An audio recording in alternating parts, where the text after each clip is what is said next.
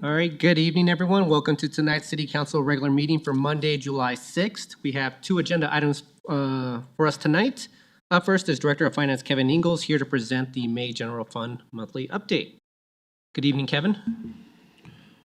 Good evening, Mayor and Council. Kevin Engels, Director of Finance. Tonight we're going to look at the May 2026 General Fund monthly financial report.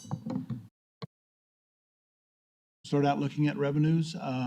We're at about 42.5% of the budget. That's about 1% better than last year at this time. A couple of line items to point out to you here. Sales and use tax, we do seem to be holding on to that trend of a little bit of an increase over last year and a little bit of an higher than what we had budgeted for at this time in the last for the year.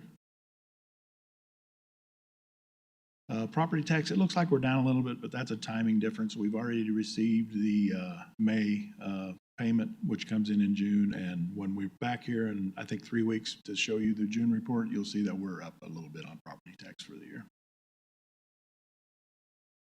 And overall, on revenues, about 4.5% above last year.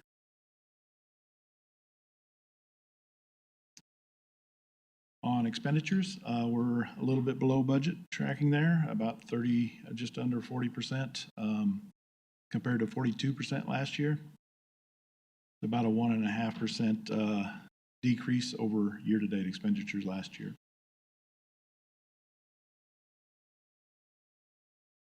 Here's your expenditures by category. Nothing really different than what we've talked about over the last few months.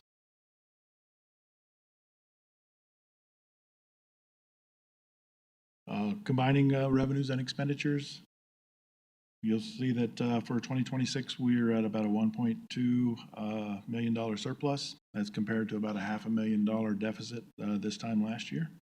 So that's a combination of a little bit higher revenues and expenditures holding the line. No changes in transfers from last month. And here's your fund balance composition. Total fund balance of about $18 million. Our only restriction right now is the Tabor. That's an ongoing restriction, and that's about $2.5 million. Take out your middle of your range of your unrestricted or of your reserves, excuse me. That's about $12 million, and that leaves you about $3.3 million of unassigned fund balance above 16.7%. That is the May financial report. I'll be glad to answer any questions. Kevin, thank you very much for the presentation. Member Summerson, go ahead. Just a couple quick questions on the revenue slide, specific ownership tax, fines and forfeitures, and investment earnings seem to all be off more than 20%. So just curious what your take there. Obviously investments, I think we can guess on that one, but.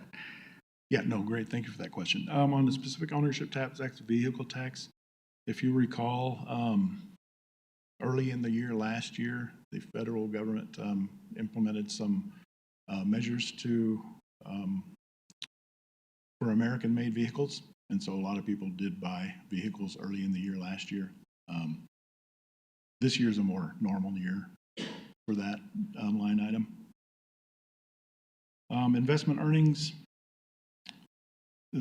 our portfolio, we don't trade our portfolio, but it is subject to market valuations. We know what it's going to mature at. It's going to mature at 100% of what we invested it in.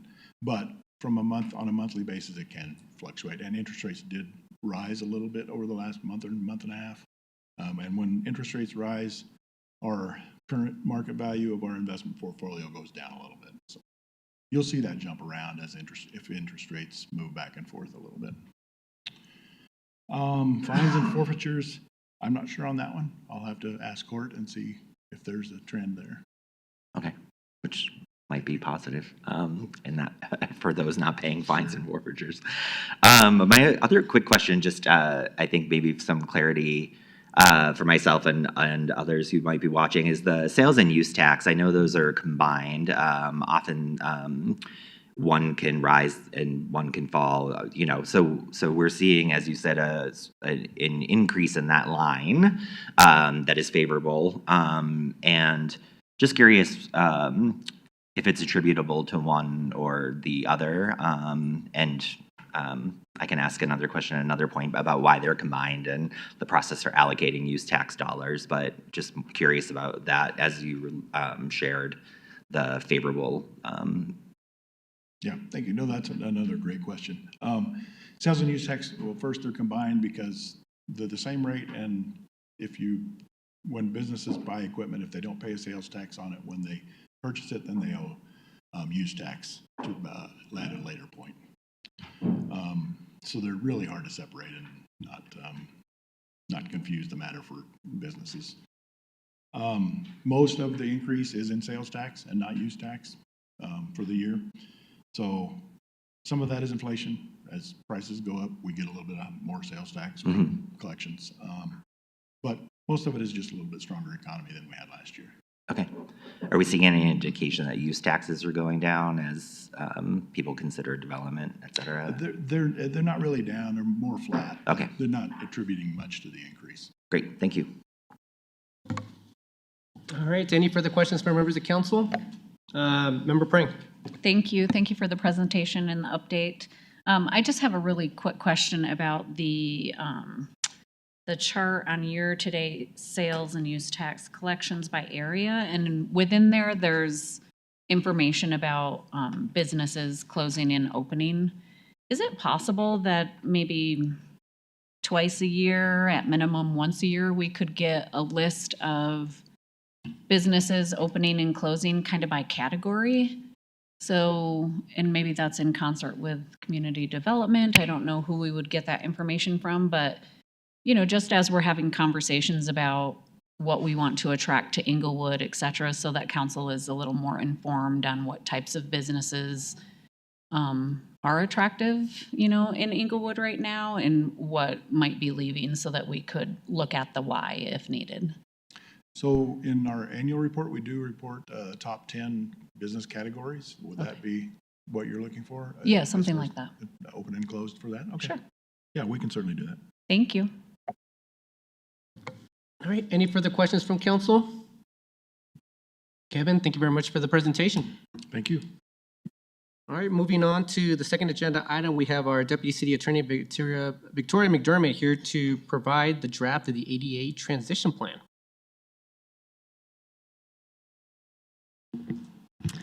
Yes, thank you, and good evening, Mayor and Council. I'm Vicki McDermott. I'm the Deputy City Attorney, but I'm also the city's ADA Coordinator. And I'm here tonight with Travis Gremain of Benish, who assisted the city in developing this draft transition plan. So tonight we're going to discuss the draft plan and how it makes Englewood more accessible. But I'd also like to emphasize before we get started that approving a draft transition plan is not about approving any specific dollar amount or any specific projects. Rather, this is about adopting a roadmap that allows the city to systematically identify barriers, prioritize improvements, and integrate accessibility into future capital budgeting. So Title II of the Americans with Disabilities Act requires local governments to ensure that people with disabilities have equal access to government programs, services, and activities. The transition plan documents where barriers exist, which barriers are the highest priority, and how the city intends to remove those barriers over time. One important point is that the ADA recognizes that barrier removal occurs over time. The law does not expect that anything happens overnight. It is a continual progress. Now, accessibility planning works best when informed by the people who actually experience barriers. Throughout this process, we held an public open house, on March 25th. We've conducted stakeholder outreach to Craig Hospital, Brewability, the Neurodivergent Chamber of Commerce, teaching the autism community through trades, and Treeline Pass. We've also reached out to residents who have helped the city on accessibility access issues previously. Additionally, we've accepted written comment from March 9th to April 13th through surveys, and we've also currently have the draft plan open for public comment, and it's been open since June 3rd. The assessment looked at accessibility from two perspectives.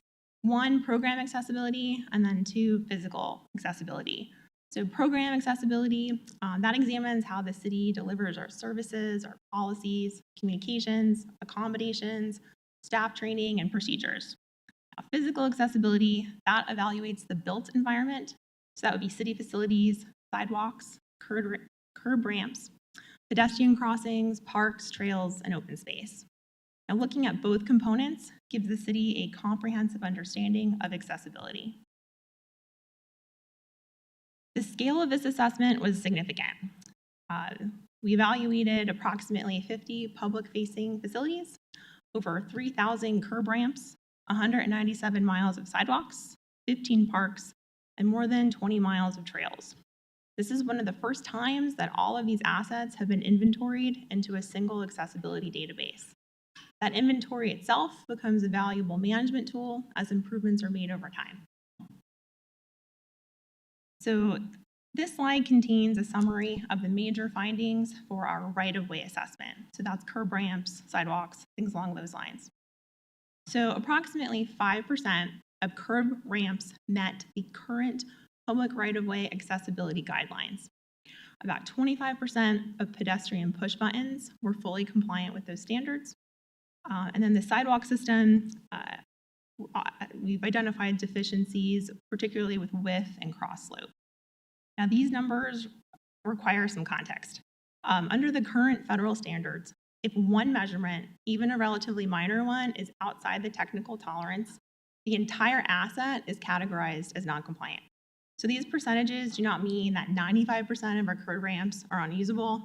Rather, it reflects how demanding today's accessibility standards are. Now, these findings are very consistent with what consultants see in communities throughout Colorado, particularly in more mature cities like Englewood, whose infrastructure predates the ADA by many decades. And the purpose of this inventory is to identify those deficiencies so they can be corrected systematically as projects move forward. Now, this slide includes some pictures to kind of highlight some of our findings in our facilities. This first photo here is a restroom at Bellevue Park. It is showing that the mounting plate prevents a full hand grip around the side or rear grab bar around the toilet facility. That is not compliant with the 2010 ADA standards for accessible design. The way that that would be fixed would be to replace the grab bar with one that does allow for a fully unobstructed grip. An estimated cost for replacing that would be about $2,000. The next photo here, that's from the Acoma Fire Station. We don't have marked accessible spaces, so the fix there would be to stripe at least one van accessible parking space so it meets the minimum requirements. The third picture is from our SPR facilities report and is from one of the men's locker rooms there, and there's not an accessible stall. On this slide, the first photo on the left is from Broken T. The counter, the floor space has a 2.2% running slope. To be technically compliant, it should be a 2%. So we would need to resurface that to bring it into compliance. The middle photo, that is at the Civic Center. That's the Red Rocks conference room. There are no tactile signs identifying the permanent room, and that's something that someone that utilizes Braille would find helpful and useful to be able to make that room accessible. A fix for that is estimated to be about $100 for signage. And that last photo there, that is at the Malley Rec Center. The slope at that gate ranges from 6.3% to 8.7%. Again, the 2% is what the slope should be, so we would need to resurface that to bring it into compliance. So many of these issues can significantly affect accessibility, but they're also relatively straightforward to correct. And there are other improvements that would potentially have need to be incorporated into future capital improvement projects. So the financial implications.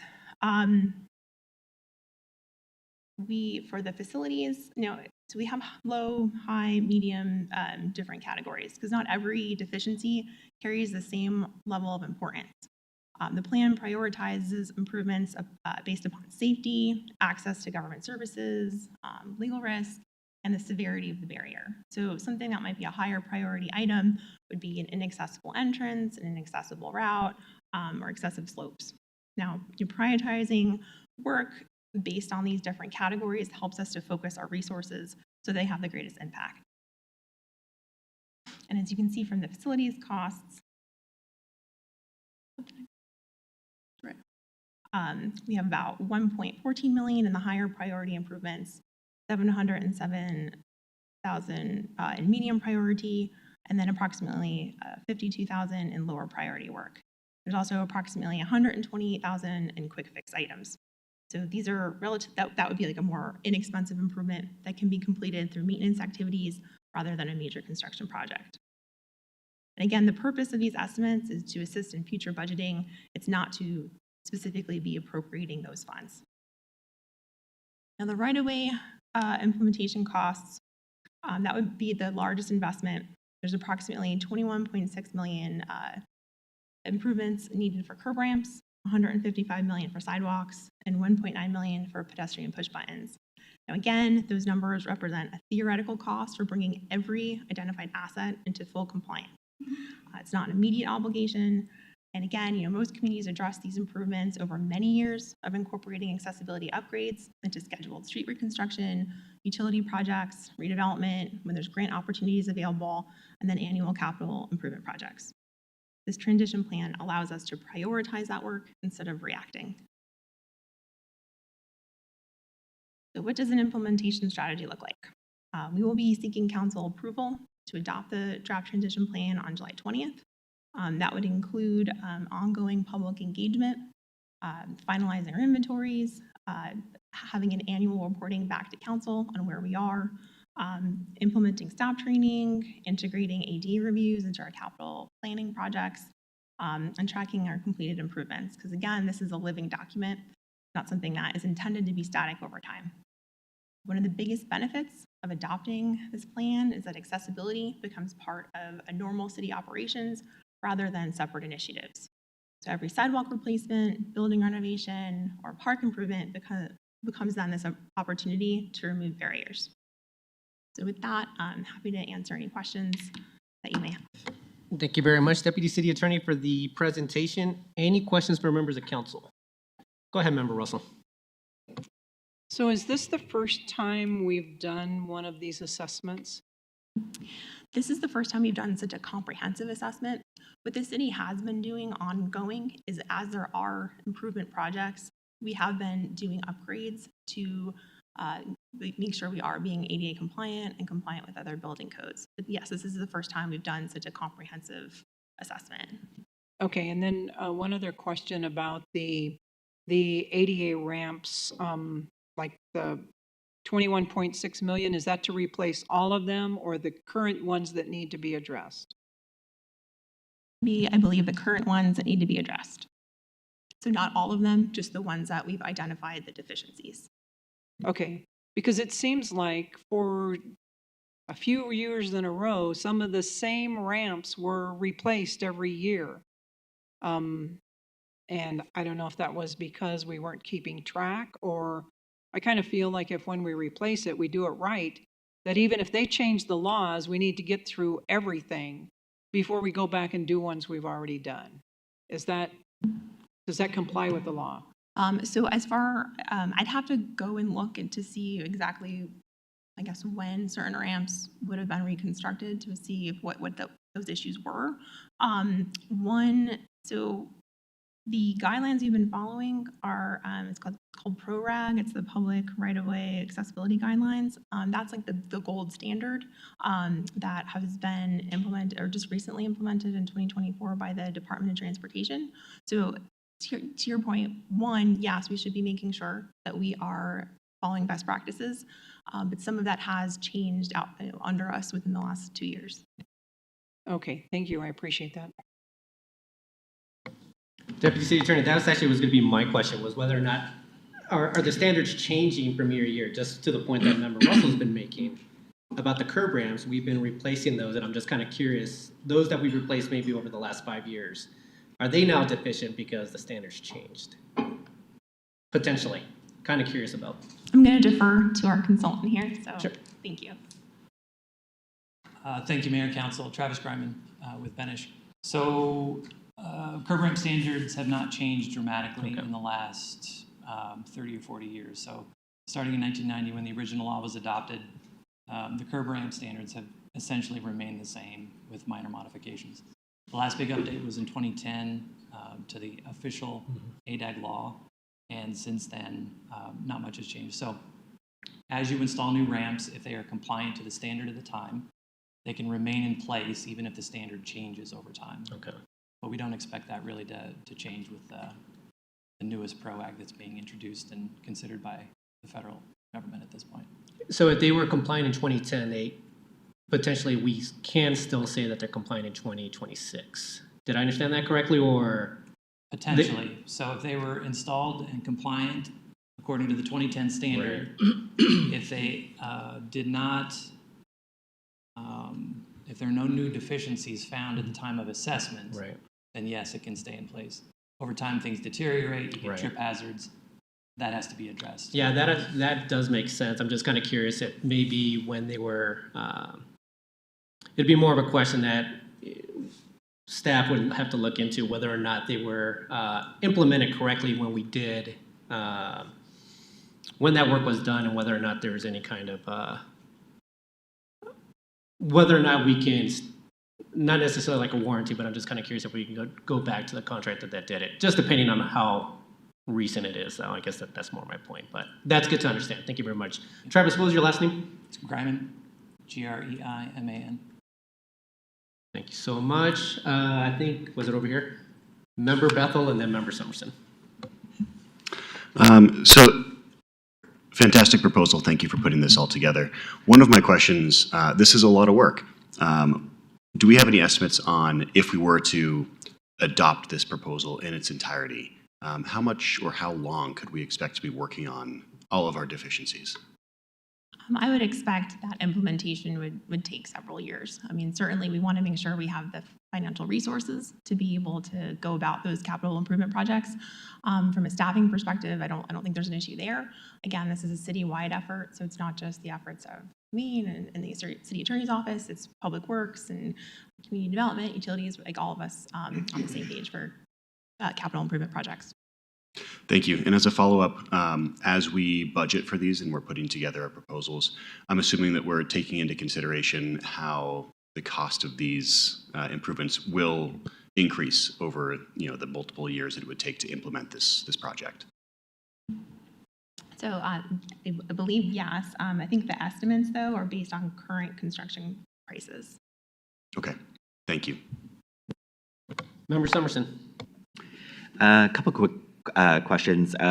You mentioned that some of these items may have hit where they're not compliant simply because of I think you described it as a minor item in the list, and I know they're all important, but can you just describe what a minor item might be? Like, what might be the sort of lowest level of something that then takes off the 90%?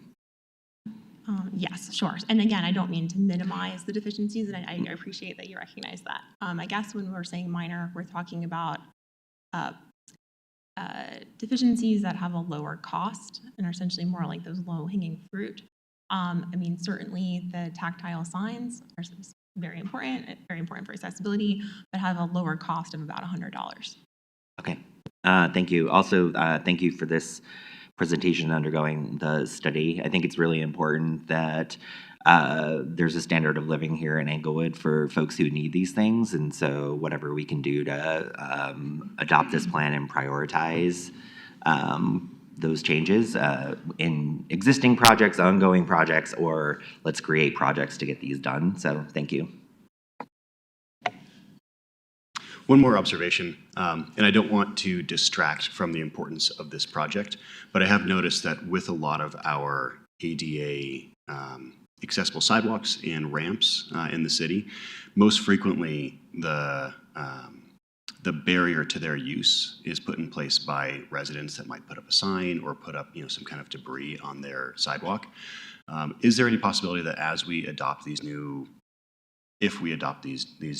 tools, we can pair that with increased enforcement of our rights of way for folks that are using them? Yes, there is certainly that opportunity. I know there have been a couple issues that have recently been brought to our office from our code compliance team and also with our public works team to ensure that we are making sure like things like street furniture, we're allowing to have that the accessible spaces. So yes, there's definitely opportunity to incorporate that.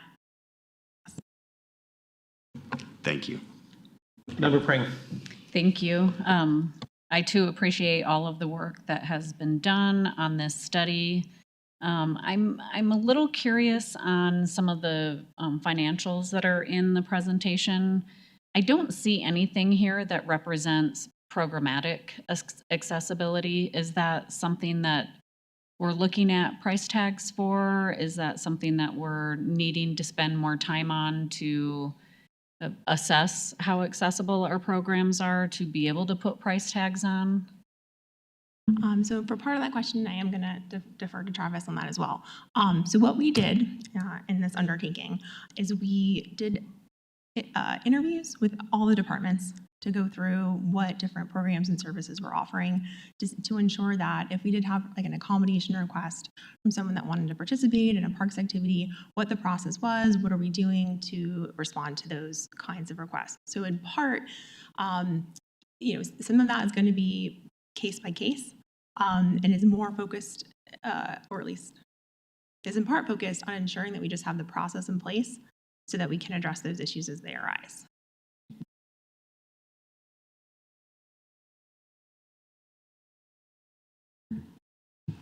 So I might just add that the programmatic accessibility gaps are largely addressed through staff time. It's about a process and the way that they're already doing their business. So as was mentioned, we identify the gaps and it's really then a staff effort to close those gaps.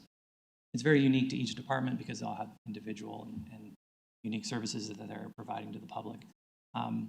The only cost that you might see is perhaps for requests for reasonable accommodation.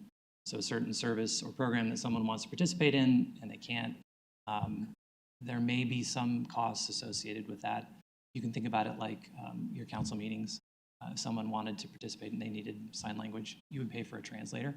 It'd be that kind of extra cost if you want to put it that way. Pretty minimal though, in the large scheme of things. That makes sense to me. Thank you. I do have one other question and then, well, I guess maybe a few comments. One, there is a lot to be done here. And clearly this is not something that we've kept our eye on maybe as closely as we should have over the years. And I do believe that, if we're going to talk about having an inclusive Englewood, that we need to make sure that it's accessible. So I would really like to see prioritization of your higher priorities pulled in every year into the ask around the CIP. And just making sure that I think council needs to reflect when we're talking about the CIP, and planning and zoning needs to reflect when they're looking at the CIP list and helping to prioritize, making sure that we are allocating each year toward this effort, because I just feel like while rules may not be changing in a year-to-year basis, there's so much to be done here that I feel when I first looked at this presentation, I'm like, we're always going to be behind the ball. So how do we get to a place where we're feeling a little more comfortable with that? So just making sure that we highlight things that way. And then my last comment, it would be that while lower dollar things like tactile signage may not rise up to the level of importance in some of these lists because of their cost, I would like to see that prioritized. Signage for persons who are visually impaired is a safety issue. And not only within our city buildings, but out at our parks, etc. So as much as we can to make sure that we're not losing sight of that might be a quicker fix, but it's significant in that it's very much a safety issue for persons who are impaired. Thank you. Thank you very much, Member Prang. Member Ward. You mentioned that as long as we're making incremental improvements, we don't face much liability, but what potential liability would we face? Does it change based on the speed with which we make changes, or? Sorry, there we go. So, I mean, that's a good question. I mean, the most important thing is identifying the barriers and then making those reasonable steps to address them. Having the transition plan is looked favorably upon by courts should there be a claim or an issue that rose to that level. I think that's the best way I can kind of address that. Okay. Thank you. Just a couple more questions from you, Deputy City Attorney. So I'm curious if like aspects of this city center fall under this, the deficiencies. I'm also curious, like if our parks fall under the deficiencies. I know that as part of the park bond, we're going to be making the parks more accessible. So I guess my question is, like, I'd like to see a breakdown on what projects are in place, what projects we may have as part of the CIP today. Just a breakdown to kind of get an idea of exactly what we are already planning on replacing or at least fixing in the near future, because that is a very, very sizable number, but I know that we have tried to make inroads on this piece. The other aspect is the sidewalks. I know we talked about this quite a bit, but with neighborhoods like Arapahoe Acres and others that don't have sidewalks, do they show up on this list as well? Because I know that that's a completely separate conversation in terms of whether or not we would take the next step to require sidewalks as part of those neighborhoods. For that, I'm going to defer to Travis on where there's areas where we don't currently have sidewalks. Yeah, some of our older neighborhoods just don't have sidewalks, and obviously some neighborhoods also have small sidewalks that are just not up to code. Sure. Which is very common through the metro area. Yeah. So the scope of our assessment was focused on sidewalks that currently exist today. Okay. So where we saw a sidewalk, we inspected it and then assessed if compliance or not. If a sidewalk does not currently exist, according to the newest guidelines, PROAG, that have been mentioned, there's not an obligation to install a sidewalk. Okay. It's just if a sidewalk exists, it needs to be compliant. Okay. So in your existing older neighborhoods, you don't have an obligation necessarily to install new sidewalk unless you go in and completely reconstruct, reconfigure the existing infrastructure. At that point, you would trigger an obligation to make improvements. Okay. And Mayor, that's really what's triggered a lot of these replacement of ramps is whenever we even just mill and overlay, it's not complete reconstruction. Even if we just mill and overlay that street, we have to bring those curb ramps up to current standards. So that's where we've seen a lot of those replacements. And there have been a number of changes in like the bumps on them, the diagonal ramps are no longer allowed. I mean, there have been a number of changes, but they've been more minor. Good to know. Thank you very much, City Manager. And then secondly, because this does have overlap with CIP and some of the other projects that we have, where is this information being stored? Is this a separate system or a separate system that's being maintained by you, Deputy City Attorney, or does this have visibility by Public Works and the rest of the staff? So these reports were circulated department-wide, citywide to every department that was impacted, which is all of us. So it is something I'm maintaining. It's certain facility reports are available upon request to get into more of the technical data. So yes, we are maintaining it, but it is something that's accessible. Yeah, well, I guess my point is we have an asset management system. To me, this is a lot of asset management. At least on the physical accessibility portion. So I don't want to duplicate efforts, or at least if we already have a system in place that allows visibility by our Public Works team, I think there should be some level of visibility there since they work in that system. Definitely agree, and it's something that could be incorporated into the city's asset management system. I believe that is a bit of a work in progress, though. Yeah, I would think so. Okay. All right. Thank you very much, Deputy City Attorney. Any further questions for members of council? Was there any, go ahead, Member Russell. So not for Deputy City Attorney, but for the city manager. So are we keeping track ahead of time when we're doing mill and overlay? I mean, why aren't we doing it in such a manner that we don't have to go back and do those curb ramps? That's a great question, Member Russell. We really base that on the Pavement Condition Index, or PCI.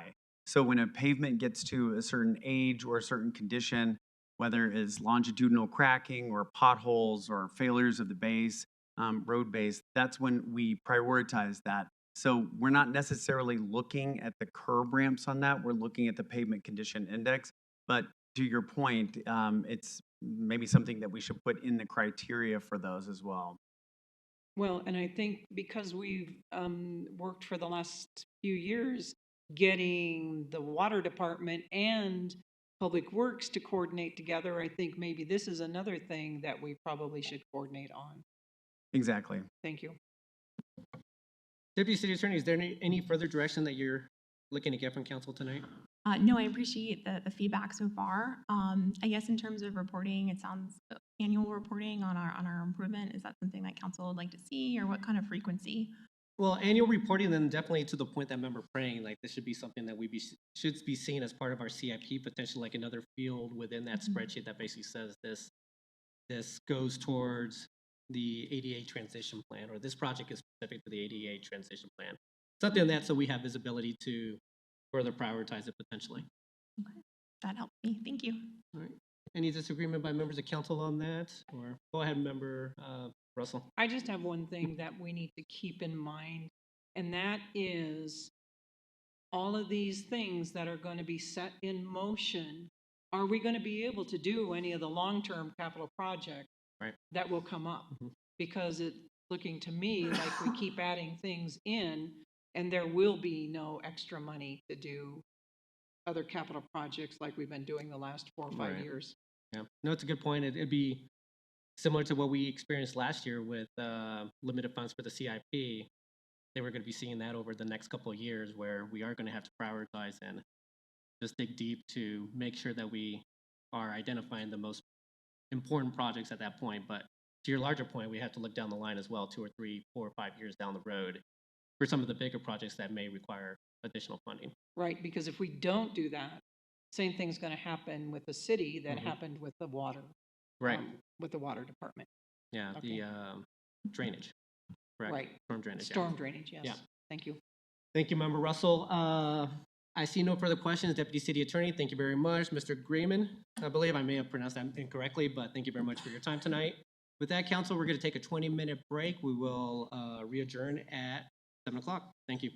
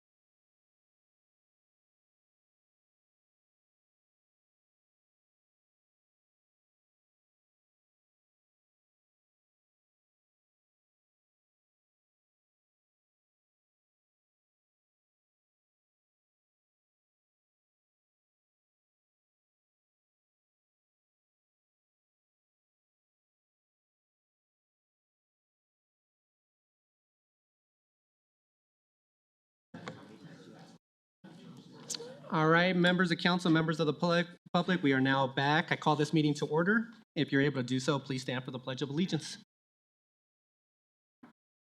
I pledge allegiance to the flag of the United States of America and to the republic for which it stands, one nation, under God, indivisible, with liberty and justice for all. Thank you. City Clerk, if you could please take roll call. Mayor Pro Tem Anderson. Present. Member Bethel. Present. Member Prang. Present? Member Russell. Present. Member Summerson. Present. Member Ward. Present. And Mayor Sierra. Present. Let the record show 7 present. Thank you. Moving on to 5A1. Any changes to the minutes from the regular city council meeting from June 15th? Seeing none, can I get a motion to approve the minutes from the June 15th meeting? So moved. Thank you, Mayor Pro Tem. Could I get a second? Second. Thank you, Member Prang. Can we please vote? Mayor Pro Tem Anderson. Member Bethel. Aye. Member Prang. Aye. Member Russell. Aye. Member Summerson. Aye. Member Ward. Aye. And Mayor Sierra. Aye. Let the record show 7 ayes. Thank you. Moving on to 5B.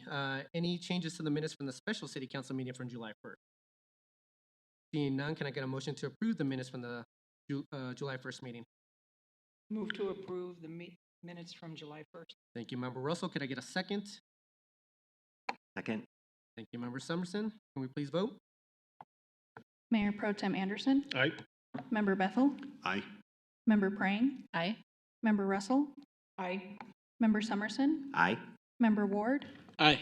And Mayor Sierra. Aye. Let the record show 7 ayes. All right, moving on to recognitions. We have the introduction of Grace Arnold, the Best and Brightest Management Fellow. We have our Deputy City Manager, Tim Dodd.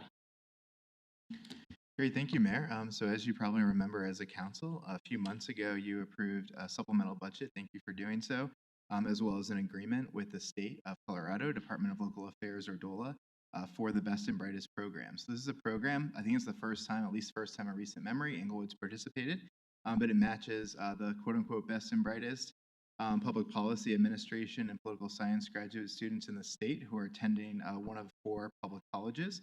And it's designed to try to keep talent in those fields in Colorado. So after going through a detailed application and interview process involving both DOLA and the city, I'm really happy to introduce you to Grace and come up, who started last week. So Grace is a lifelong resident of this area. When I took her on a tour last week, she shared with me that she, as a child, spent some time looking for crawdads in the creek in Bellevue Park, had fun going to Pirates Cove when they used to have dog days. Her past experience is pretty significant in the public and nonprofit sectors, everything from working at art galleries to the cultural office of the Pikes Peak region, as well as a student engagement support member at Colorado Youth for Change. She earned her bachelor's degree in art history from UC Colorado Springs. She graduated in 2024, and she's about to begin her master's in political science and government at UC Denver. Like our previous fellow, many of you had a chance to work with Liz Ramsey. Grace will primarily focus on project management. She'll also be taking over a few more routine functions, including the recognitions at council meetings. And the goal is for her to have critical experience in many areas. She'll be with us for 2 years, tied to the state's fiscal year, and so she'll be here through June of 2028. So please join me in welcoming Grace.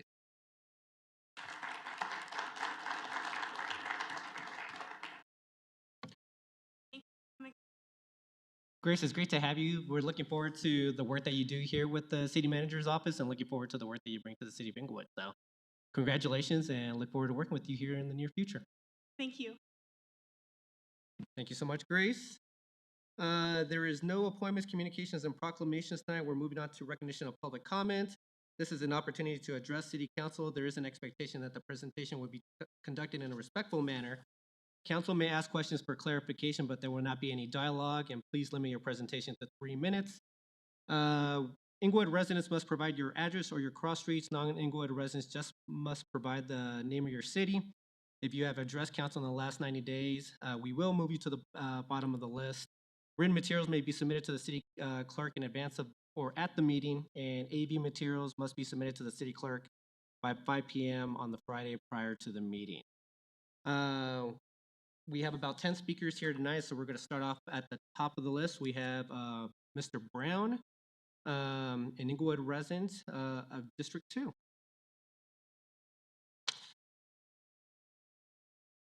Good evening, Mr. Brown. Actually, we may already have them unless there's something different than the email you sent out. Yeah, all 7 of us have it. But yeah, you may hand them to the city clerk if they're just a little bit different. All right, Mr. Brown, when you are ready. Yeah, just there you go. It's on. Okay, And then we'll just start up the clock here in a second. But when you're ready, go ahead. thank you. Good evening, Mayor Sierra, Pro Temp Anderson, and members of the City Council and city staff. My name is Mark Muniz Brown. I live at 3291 South University Boulevard, near the intersection of South University Boulevard and East Floyd Avenue. I'm here tonight because the traffic conditions on South University Boulevard between Hampton and Yale are unsafe. The intersection at South University, East Floyd, and East Flora is dangerous. This is not theoretical. Over the last year, vehicles have crashed into residential properties in this area, including my home, located at 3291 South University Boulevard, and the property at 2398 East Floyd Avenue. Most seriously, this same quarter recently saw a traffic fatality at South University Boulevard and East Floyd Avenue. Since my prior communication, which was sent via email, we've received a response from Denver City Council Pro Temp Diana Romero Campbell. Her office confirmed that she is connected with Mayor Sierra and that meeting is scheduled with key staff from both municipalities, and that her team has already met with the Denver Department of Transportation and Infrastructure to better understand the available data and the additional coordination that's needed. This is encouraging, and I appreciate that Denver has responded as quickly as they have, but it also makes tonight's request very, very clear. Englewood needs to be an active partner in the process, not a passive participant. This corridor is on the border between Denver and Englewood, but the danger does not stop at the municipality border. Drivers do not experience this as two cities. Pedestrians do not experience this as two jurisdictions. Families living along South University Boulevard experience it as one unsafe corridor that needs a coordinated response. This is a residential area. Children live here. Families walk here. There's an RTD bus stop. RTD bus stops create regular pedestrian activity on both sides of the street. One of those bus stops is conveniently located in my front yard. That means people are not just driving past my home at unsafe speeds. They're also stopping, waiting, boarding, exiting, and trying to cross in the same area where we already know that an unsafe traffic safety problem exists. There's no safe street crossings for nearly a half a mile on that stretch of road, and pedestrians are being forced to navigate the corridor without meaningful protection.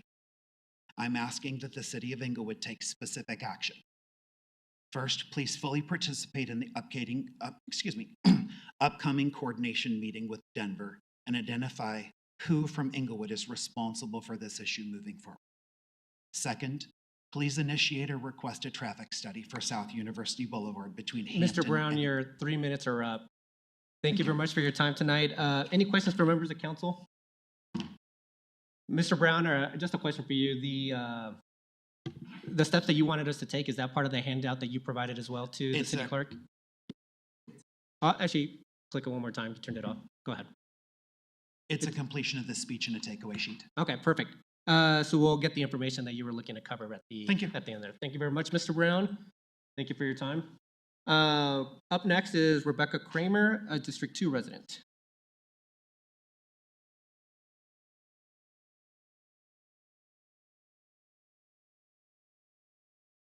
Good evening, Ms. Kramer. When you are ready, you may begin. Thank you. Good evening, Council. With the resignation of City Manager Sean Lewis, I strongly believe that major pending projects, especially Old Hampton Complete Streets, should be paused and reevaluated before moving forward. Over the last 2 months, I've heard 3 different numbers for how underfunded this project is. First 2.3 million, then 3.8 million, and most recently, at the EDDA meeting, 5.7 million. Before any ground is broken, the public deserves to know the actual shortfall and how it will be covered. I'm also very concerned about the EDDA proposing $13 million and a $20 million loan to fund both Old Hampton and South Broadway projects. The South Broadway project, to my knowledge, is not within the EDDA's boundaries. I have several questions. Why is EDDA involved in a funding project outside its district? Does this expand EDDA's purview without a taxpayer vote? Can EDDA legally bind Englewood residents to a long-term debt for a project outside of its jurisdiction? And why were these discussions held in executive session rather than in public purview? None of this feels responsible, and is it even appropriate under the EDDA's statutory authority? At a minimum, it's not good governance to rush a $13 million loan request the same week the city manager who initiated these projects resigns. As a taxpayer, I'm uncomfortable with the financial status of current projects and pending capital projects. Taking on long-term debt for projects that appear increasingly cosmetic rather than essential raises real concerns about fiduciary responsibility. I'm asking council to put on the brakes and evaluate these items during this transitional period. Please ensure that Englewood residents are not committed to debt obligations without full transparency, legal clarity, and public input. Thank you.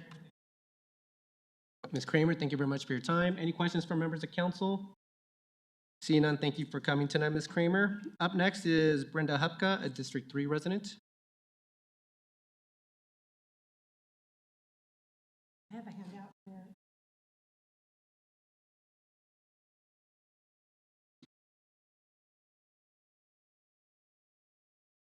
Entry.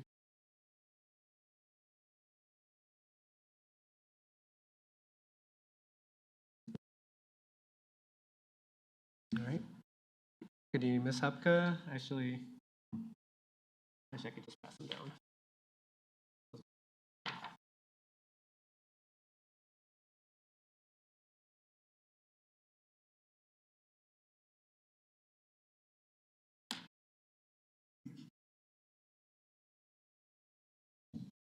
All right. Good. Ms. Hupka, yeah, when you are ready, you may begin.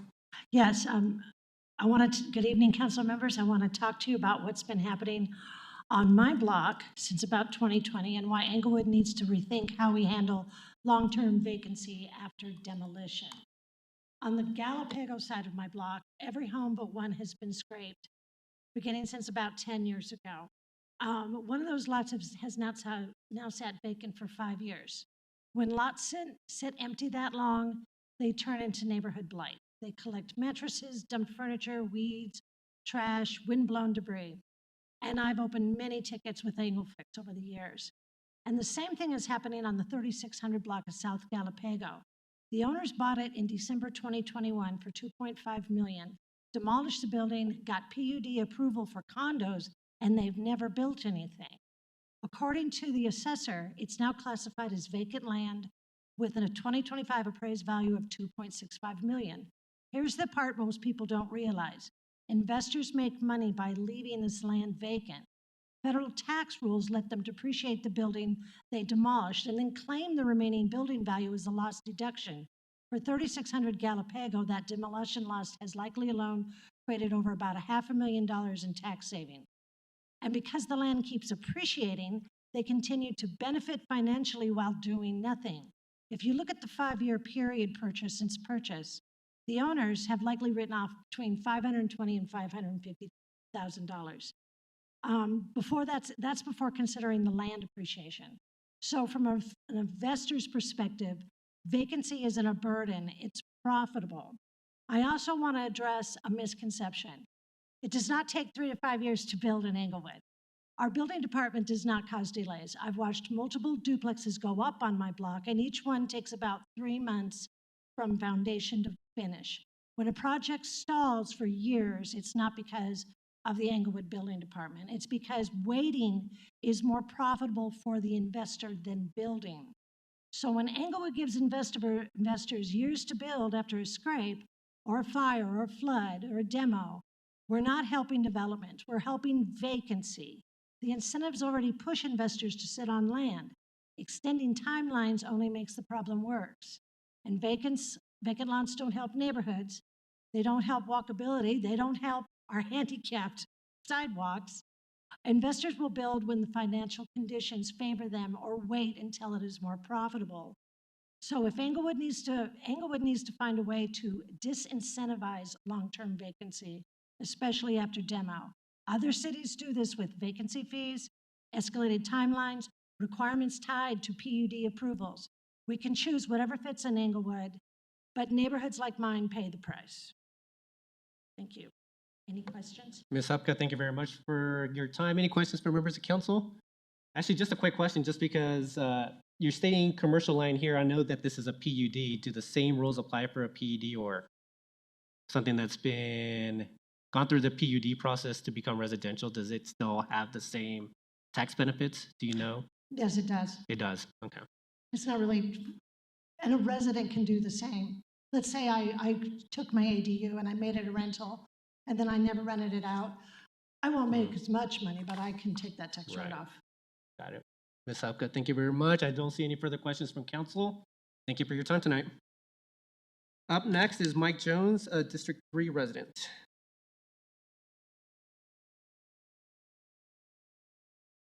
Good evening, Mr. Jones. When you are ready, you may begin. Good evening, council. We're going to play a video.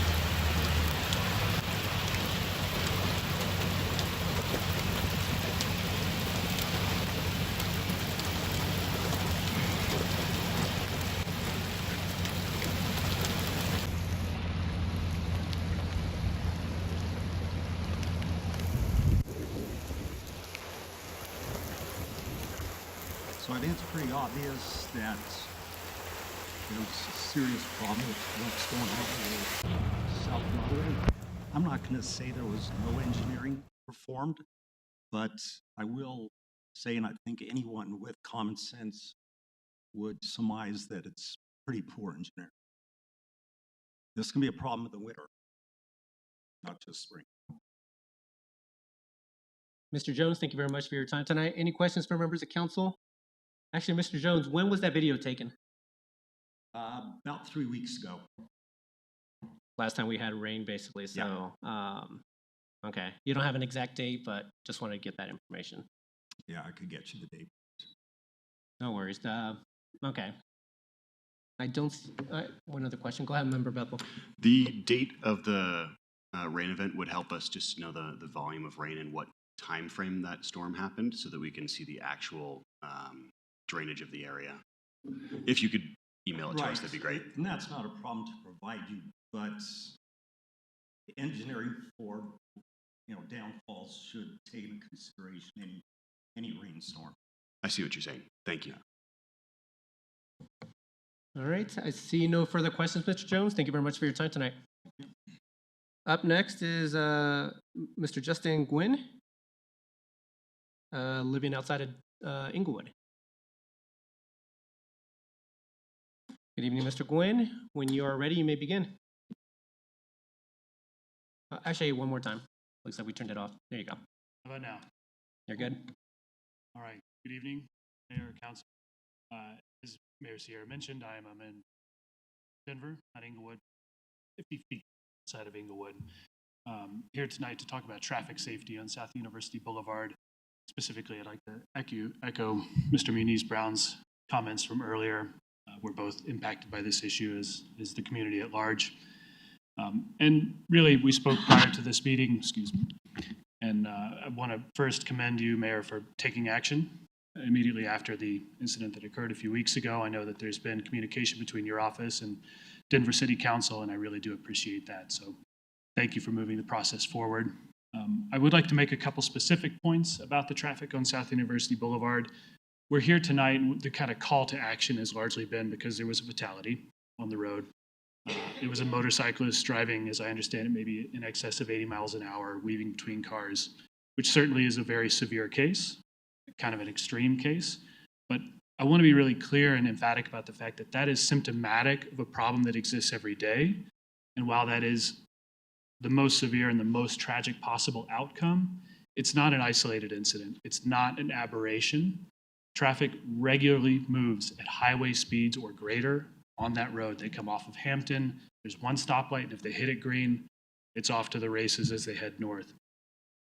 The other thing that I'd like to really impress upon you is that as I have pressed this issue with Denver City Council, one thing that has become clear is that we have a real lack of data and information about what is really happening on the road. So one specific ask I would like to make of you, and as you have these conversations with Denver, is to please help us commission a traffic study.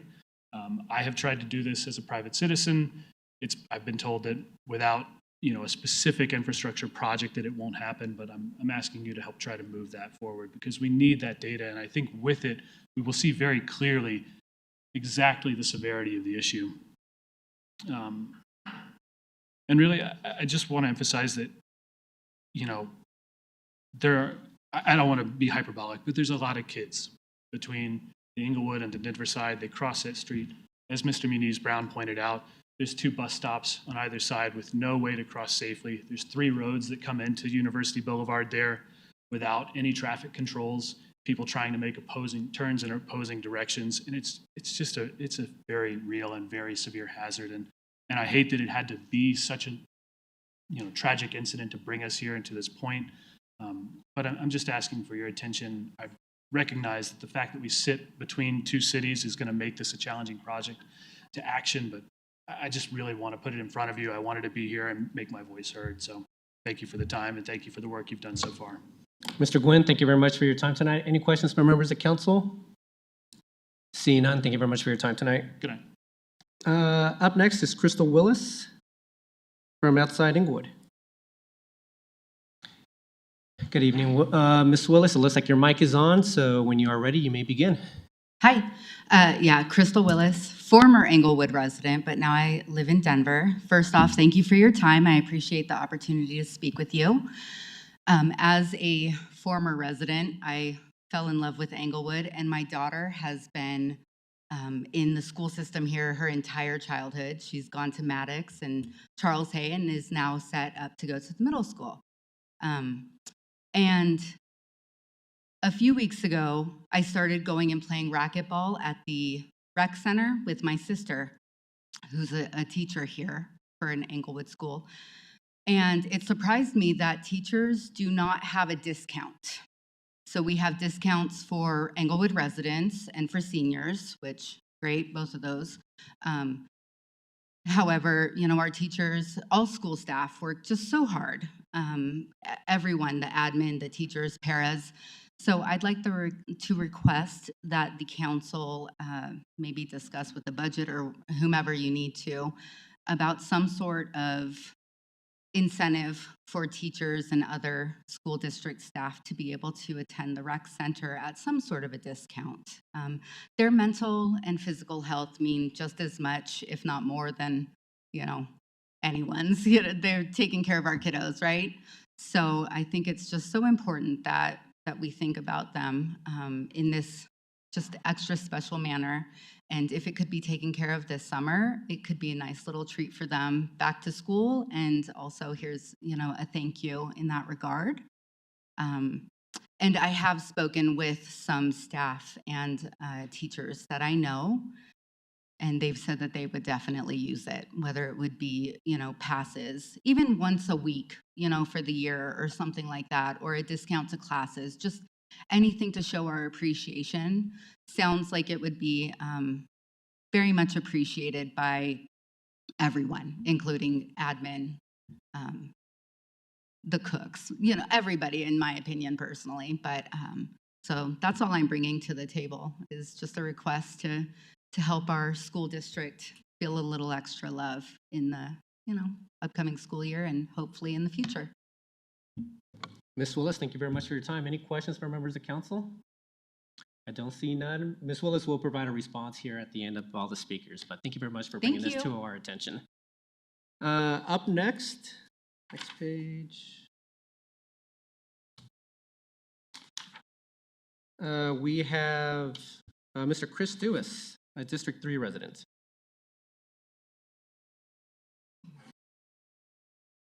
Good evening, Mr. Dewis. When you are ready, you may begin. Good afternoon, City Council. The last time I played a video, the city manager said the project wasn't done. And then it rained again on June 24th, so I went out and videoed again. The problem got even worse. Did Mile High Flood District approve the engineering of the Main Street gutter and stormwater flow, or was it just the city engineers? The capacity and gutter flow is a problem. Has anyone from the city or the flood district gone out to see the project and how it performs at night or during any of these rainstorms? Have any of you gone out in the middle of the night to see the things that you have approved, to see if it actually works? Clearly, the videos show for themselves. Who will maintain the ice and the snow that will cover the ADU ramps this winter? Are the businesses responsible for the city's poor gutter flow onto their properties? On the one video, it showed that the water is going right through the bank.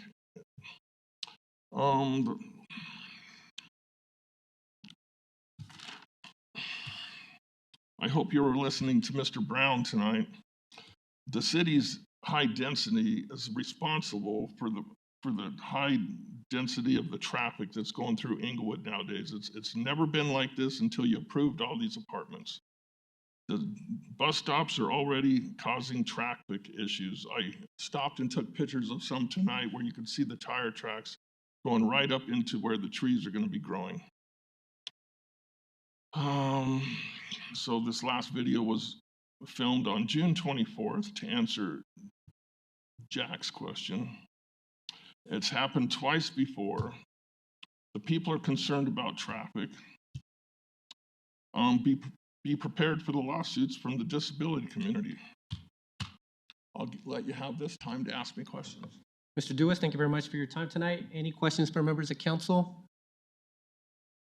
Member Russell, go ahead. Thank you. So in one section of that video, it looked like the entire bulb out was covered with water. The entire what? Bulb out, the part that was out. At Tufts and Broadway, the whole sidewalk was covered in about 2 inches of water. And the whole number 2 lane was covered. It'd go out to the number 1 lane. And people, when they were coming down Broadway, they would avoid that. But the people that did hit it was splashing into both lanes and onto the sidewalk. If anybody was on that sidewalk, they'd get drenched. And if somebody was in a wheelchair, they'd have some major issues. And on the way down here tonight, I stopped and take a picture. And there's tons of dirt that are sitting in the gutter and on the ADU ramps from that runoff. And it's only rained twice. It's only rained twice. Okay. Thank you. I appreciate that. Any further questions from members of council? Seeing none, Mr. Dewis, thank you very much for your time tonight. You're welcome. Up next is Mr. Doug Cohn, a District 2 resident.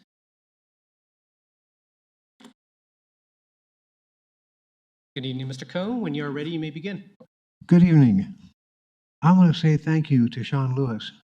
When I heard that the new city manager bought a house on my block, I was kind of nervous. I'd fought with two earlier city managers and their visions for the city. I was pleasantly surprised. Sean's been a good neighbor. He cares about the neighbors. He came to our national night out parties. He's a man of faith with a vision to make Englewood a better place. I was so happy he was selected to be the city manager. He came here a little bit before COVID and kept the city open during a very difficult time for him personally and for the city. He led us through some tough maintenance neglected for years. He fixed a number of problems like the Dartmouth Bridge. I was going to mention the South Englewood flooding. There's been some media, I don't know what there it is. There's been some work done on the South Englewood flooding, and he's been talking with you guys about what to do with this historic building. He's been able to adjust to the generational change in staff as the old employees retire and new people have taken their place. He came at a time of turmoil in the city. The council members were fighting with each other. The residents were unhappy with some of the decisions that you all were making. He's been a leader. He's kept us moving forward. He cares about our unique history. He wanted to make sure our residents have a chance to discover it. He allowed Chris Hargath to create the Englewood Moments in History videos. The Elevate Englewood events have allowed our residents to find out how the city works and some of our history. And the new murals just outside this room on the walls lay out our history. He was instrumental in getting the Englewood History Museum started, and he has given us a chance to share our history. Thank you, Sean, for all that you have done. Mr. Cohen, thank you very much for your time tonight. Any questions from members of council? I guess the one thing you didn't answer was whether or not he was a good neighbor. I'm not sure I want to answer that question. They're still around. Right. Mr. Cohen, I don't see any questions from members of council. Thank you very much for your time tonight.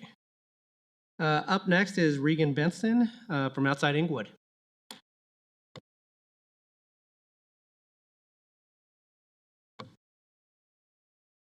Ms. Benson, I'm sorry. Can you put Good Ms. evening, Benson? City Council. How is everyone this evening? Point of order. Thank you for this Members of council. opportunity to speak. Ms. Benson, I need you to put your phone down. I'd like to continue with my Ms. public comment. Ms. Benson. I don't understand why you're interrupting Ms. me. Benson. You already called me to speak, and Ms. Benson, you are against our council policies. I need you to. anyway, Ms. Benson, you are against council policies. I need you to put down your phone. Ms. Benson, this is your last warning. If not, I will ask the police department to control the situation, Ms. Benson. All right, members of council, I'm going to ask us to adjourn the meeting while our police department corrects the situation.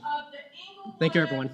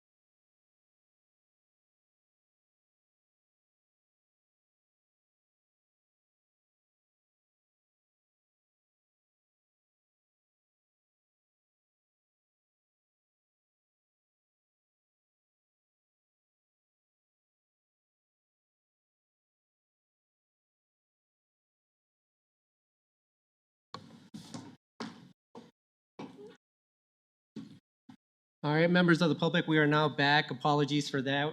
Anytime we have a disruption to our council policies, we have to recess in order to just do away with the disruption. So apologies for that, everyone. We are now back. Moving on to the next speaker, we have Candace Rutledge from outside Englewood.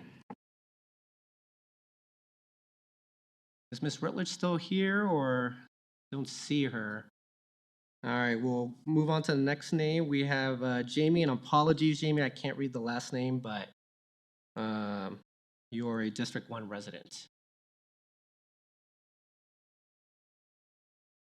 Apologies for that. I know you've spoken in the past, and I just can't make it out. So, yeah, if you wouldn't mind just handing it to the city clerk, and she will pass them down to us.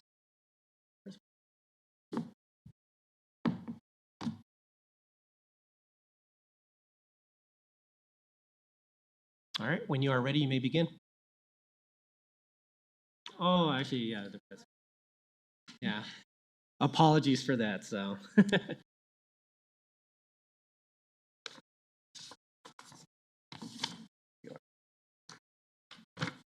I need to hit a thing? No, I think she's going to get you started once you Perfect, thank you. start speaking. Good evening, members of council. My name is Jamie Indigo. I'm just 3, lovely neighbor, and repeat offender as of late. And I want to bring up a profound concern I had from our last city council meeting. During that session, Actually, let's see if, apologies. Thank you, members of the public. Let's see. I'm not sure if we haven't corrected it since the last speaker. Can you speak into it again, Ms. Indigo? yes, how's this? Is that Testing? better or still low? Okay. Test. No? Not yet. Can There seemed to we, be I got something. can we also raise up the time? Yeah, so we'll start it over. Yeah. Try again, Ms. Indigo. I don't know if. Are we good now? There we are. Wonderful. All right. Thank you all. All right, Ms. Indigo. Go Good ahead. evening, members of City Council. I'm Jamie Indigo from District 3, and I'm standing here tonight to express my profound concerns over last City Council meeting. During the session, the police chief confirmed he was uncertain which Axon product requesting funding for. Far more alarming, however, was the subsequent admission that the department is actively using multiple Axon products on a free trial basis, completely bypassing City Council permission, knowledge, and oversight. I work in the private sector, and any reputable corporation, if an employee integrated unvetted third-party artificial intelligence tools into a sensitive data ecosystem without explicit executive approval and strict security vettings, they would be summarily fired. Yet our public safety department is treating sensitive civic data and the civil liberties of Englewood residents as a playground for corporate tech. Let me be clear. When it comes to tools that can generate police narratives, alter records, or surveil our community, a free trial is never free. It comes at the immediate expense of accountability and public trust. A tech vendor should never be allowed to dictate our city's data policies through backdoor software deployment. If the leadership of our police department cannot clearly articulate what technology they are running, and if they are circumventing this council to do it, we have a systematic governance failure. We cannot allow public safety to be managed by tech companies' sales pipelines rather than democratic oversight. Therefore, I am formally asking the council for 2 immediate actions. First, establish a formalized, rigorous, and transparent oversight and vetting framework for any artificial intelligence, automated, or algorithmic tools considered by any city department. Second, implement an immediate mandatory pause on all current AI software trials and any future adoptions until the oversight framework is fully enacted and enforceable. I have other very specific concerns about AI reports that I've put into a handout for you, and I'm available. I've definitely snuck in all of your inboxes. If you ever have questions or want to talk more, I would love to engage. Our public safety considerations, our public safety operations must be held to at least the same baseline standards of governance, security, and accountability as a standard corporate office. Thank you, and I appreciate your time. Ms. Indigo, thank you very much for your time tonight. Member Russell has the first question. Would you please repeat the two things you wanted for council to do? Yes. Establish an oversight. First, establish a formalized, rigorous, and transparent oversight and vetting framework for any artificial intelligence, automated, or algorithmic tools considered by any city department. The second, implement an immediate mandatory pause on any current AI software trials and any future adoption until oversight framework is fully enacted and enforceable. Thank you very much. I appreciate that. Ms. Indigo, I think you may have answered my question on that, but this is not just police department, you're saying any city department, correct? AI usage? It does seem as though this initial conversation has led to a larger question. If we're adopting these things, how are we treating their governance? They're very fallible systems. Okay. Ms. Indigo, thank you very much for that. I don't see any further questions from council. Thank you very much for your time tonight. Thank you. All right, I did see Ms. Rutledge come back into the room. So Ms. Rutledge lives outside of Englewood. You are our next speaker tonight. Good evening, Ms. Rutledge. When you are ready, you may begin. Hello, can you hear me? Hi, my name is Candace Rutledge. I'm a street cat from Littleton, and I appreciate what Ms. Indica just said. I am all for something called human in the loop, having a human review something before an AI gets to decide whether a record is flagged. So I had a situation on the 4th that I reported to EPD, and I gave the clerk and Chief Jackson a copy of the report number, as well as a little bit of a report of things going on in my life that might be influenced by artificial intelligence flagging. And I believe that they're very biased. I've also run into situations that I feel like are machine targeted at Target, the retail store, Walmart, Denny's, QW, even my bank and the RTD cameras. So I want to make people aware that it's not just one thing, it's a whole mess of cameras everywhere, facial recognizing people. Sometimes they don't even recognize the right person, I believe. Sometimes people can cause an event where they act weird in front of the camera and people can be standing right there and they get flagged too. And then the harassers come to try them out behaviorally or whatever. And it just goes on and on and on. And it's annoying. And I don't even know if some of it's because the pipeline of the camera footage going to wherever it's stored is not secure. I've talked about Salt Typhoon before, and so you all are aware of Salt Typhoon, and if they were to intercept any of that AI camera footage and apply their own AI rules to that networking, then you've got a bunch of people running around with apps on their phones trying to find folks and bother them about what they did at Target or whatever on the RTD. Is just really weird, and I get tired of it. So I just wanted to make people aware of that, and I've given details to the clerk and Chief Jackson. Thanks. Ms. Rutledge, thank you very much for your time tonight. Any questions from council? Seeing none, thank you very much for your time tonight, Ms. Rutledge. Andrina, no one on the phone. That's the entire public comment for tonight. All right, perfect. Thank you very much, everyone. We will now provide a response to public comment. Actually, I'll start off. Mr. Brown and Mr. Gwynn, thank you very much for coming tonight. Again, apologies that it took this event for us to speak to you about the issues that you've encountered on your block, your university in Floyd.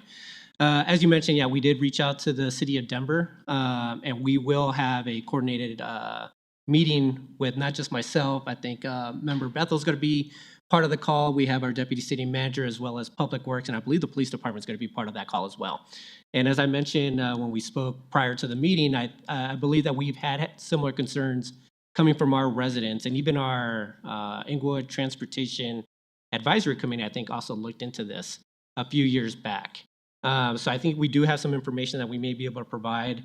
In terms of what your asks are, I'll be sure to be asking that of staff as well in terms of a traffic study or whatever else we need in order to start moving this process along with the city of Denver. So do appreciate you coming tonight and speaking to what you're seeing on University, and apologies that it's taken this event for you to come tonight. So, but thank you for that. Ms. Kramer, thank you very much for coming and speaking on a couple of items regarding the DDA bond. The two things that were passed are just going to be things that fall within the boundaries of the DDA. So it's just South Broadway, but it's the South Broadway Public Realm Project, which is everything north of Hampton, and then also the Complete Streets Project on Old Hampton. So nothing falls outside of the DDA boundary. So to answer that question, everything does fall within the DDA boundaries. Ms. Hupka, thank you very much for coming and speaking on the long-term vacancies. It's good information. I didn't realize that it also applied to residential. So Ms. Hupka, thank you very much for coming and speaking to that. And, the benefits that property owners get from having vacant lots. Mr. Jones and Mr. Dewis, thank you very much for coming and speaking on what you encountered on the last rain event on South Broadway. It is troubling. I am going to ask our city manager to kind of weigh in because I'm kind of curious whether or not this issue is part of all the construction that we got going on as part of the South Broadway project, as well as whether or not it's going to be fixed as part of this ongoing project with the South Broadway revitalization. So I'll come back to you, Sean. Let me just finish this. Ms. Willis, thank you very much for bringing up I want to make sure I didn't skip anyone. Well, I was just unaware that the fact that the teachers don't get a discount on our Englewood rec centers. I know you're not here at the moment, but I'm surprised by that. I thought they did. So I will be looking to see if that's something that we can change here in the, really quickly, I'll probably ask a council request on whether or not this is something that we can implement now for our Englewood teachers. Let's see here. Mr. Doug Cohn, thank you very much for coming and speaking. On the kudos for Sean, we have a couple of months to sing his praises. Those are just some of the projects that he was a part of here in the city of Englewood. So I'll be sure to speak to some more of those over the course of the next couple of months. But I really appreciate you coming and speaking to the benefits that Sean has been a part of here in the city. And Ms. Indigo, thank you very much for coming and speaking on AI. It's something that we have to look at across not only the police department, but the city as well. It's a complicated issue, but I do understand some of the nuances I see the benefits of it, but also understand where it could go wrong. And we need to be having that conversation as a council in terms of where we are comfortable with the use of AI. So I do appreciate you bringing that up tonight. And Ms. Rutledge, I won't speak to anything specific on it just because I'm not sure if there's an investigation being done on this, but thank you very much for coming and speaking to us. I'll be sure that, I'll just make sure that the chief has the report that you mentioned and that it's just being followed up. But until then, I'm just going to stay out of it and just making sure that there's no investigation being done on it at the moment. So I believe that covered everyone. If there's anyone else that has anything to add, Member Russell, go ahead. Thank you. And I would like to thank everyone that came out tonight. I appreciate your time and I appreciate everything that you talked about because everyone has a right to speak to us about the things that concern them. I would like to do a council request on a couple of things. On the questions that Ms. Kramer asked, I would like to make sure that all of those questions get answered. And I think there were specific questions too. I mean, the mayor did some general answers, but I think that she deserves and the public deserves specific answers to all these questions. Also, I would like to do a council request on Mr. Dewis's, the questions that he asked. All of those things are very important. What's going to happen to those ADA ramps? People are driving over them. My husband and I have driven down Broadway several times. I'm pretty sure people's front ends are getting ruined because they hit things down there. And not only do I want you to answer the questions, who will clean up the debris? I mean, that's been the 24th, that's been a week and a half ago. So who's going to clean up the debris in the handicap ADA ramps? And then also would like a council request and responses to the concerns that Ms. Indigo brought up and the things that she would like to see in establishing an oversight. Also, I do appreciate the request for a traffic study on University, and because I think we need more information on everything that's been going on there, probably in the last couple of years. So those are my council requests. Thank you. Thank you very much, Member Russell. Member or City Manager Lewis, I did ask a question of you during my response. I'm not sure if that's something that you want to cover now, as well as anything else that came up, but go ahead. Thank you, Mayor. Just briefly, yeah, I appreciate the concerns, and I was one of the people that was out driving around during that. The north side got a real downpour, but it looks like South Broadway, it was not quite that high flow when I got down there. But we are definitely seeing water on the sidewalks. That's because the federal stormwater laws require us to plug all inlets. So we cannot let the debris from construction projects that we, or the private sector that we're regulating, we cannot let any of that debris go into those inlets. So if you drive by there, you're going to see every inlet on those construction areas completely closed off to keep the debris out. So we are going to have flooding essentially on sidewalks going onto private property in some circumstances because we have to follow those federal stormwater laws. The second piece for that is we couldn't agree more with the members of the public who spoke about those flat ramps. Again, a federal requirement. Those are going to get iced over. They're going to hold water. They're going to have debris on them, but we must build those in compliance with federal ADA laws. You heard the presentation during study session about the importance of ADA, but we are seeing those problems all over the city, and we will continue to see those problems. In terms of the question that was asked about debris, right now the contractor is responsible for cleaning the debris out of that after a storm. So we'll make sure and do that. But on an ongoing basis, it'll have to be city staff that's cleaning those. Thank you very much. Go ahead, Can I ask a Member question? Russell. Yes. So if we're compelled to do that by federal law, what happens when disabled people get injured in those ADA ramps? Then what? Does the federal government pay for that? I'm pretty sure that they don't, but it's a good question that we've asked as well. But the concern is far greater. The federal government's concern appears to be access for people that are disabled, that are mobility impaired, over what happens, intermittently in a storm event. They seem to not have concerns about that.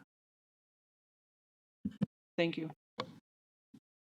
I see no further comments from members of council. Actually, just real quick, actually one question, and then I'll go to you. Ms. Kramer, if you happen to have your questions written down, it may be easier if you're able to provide it to us. Just making sure that we get that covered by staff as well. Member Bethel, go ahead. City Manager Lewis, just to clarify in your response, you said that the storm drains are plugged in those areas of the bump outs temporarily until the construction's finished? Correct. So when the construction is completed and we no longer have any grading or disturbance of the soil in that area, the stormwater laws allow us to, uncover those so that they can function normally, but they are not functioning normally during this construction project. Thank you. Member Prang and then Member Russell. Okay. We're still doing response to Yes, we public are. comment and council members' choice at this time? Correct. Okay. I did want to, I'm not going to go down the full list. I do appreciate everybody coming out and making comments that they did. There are a few things that definitely stood out to me during some of the public comment. One, I do think the two gentlemen that came forward about the traffic study have a very justified ask, and I do hope to see us have conversation to make that happen. More importantly, one of the things that Mr. Muniz Brown said that really stood out to me was that he would like to see us be more actively engaged and not a passive participant. And I really appreciate those words. I do support us continuing to work toward doing that better, and I appreciate you highlighting that to us the way that you did. I, too, was going to submit a council request regarding the Old Hamden Complete Streets project. So I guess maybe we'll get the questions from Ms. Kramer, but the specific questions that I had prior to even comments was, one, what was the amount reported to council for the overage of the project to date? Secondly, what amount of overage was discussed at the EDDA in total? And then the third question I would have was, did the city request additional money from the EDDA to cover those overages outside of and beyond the, I believe it was the 2.3 that council has already been made aware of? So if that helps clarify and support anything that Ms. Kramer asked already, that would be helpful.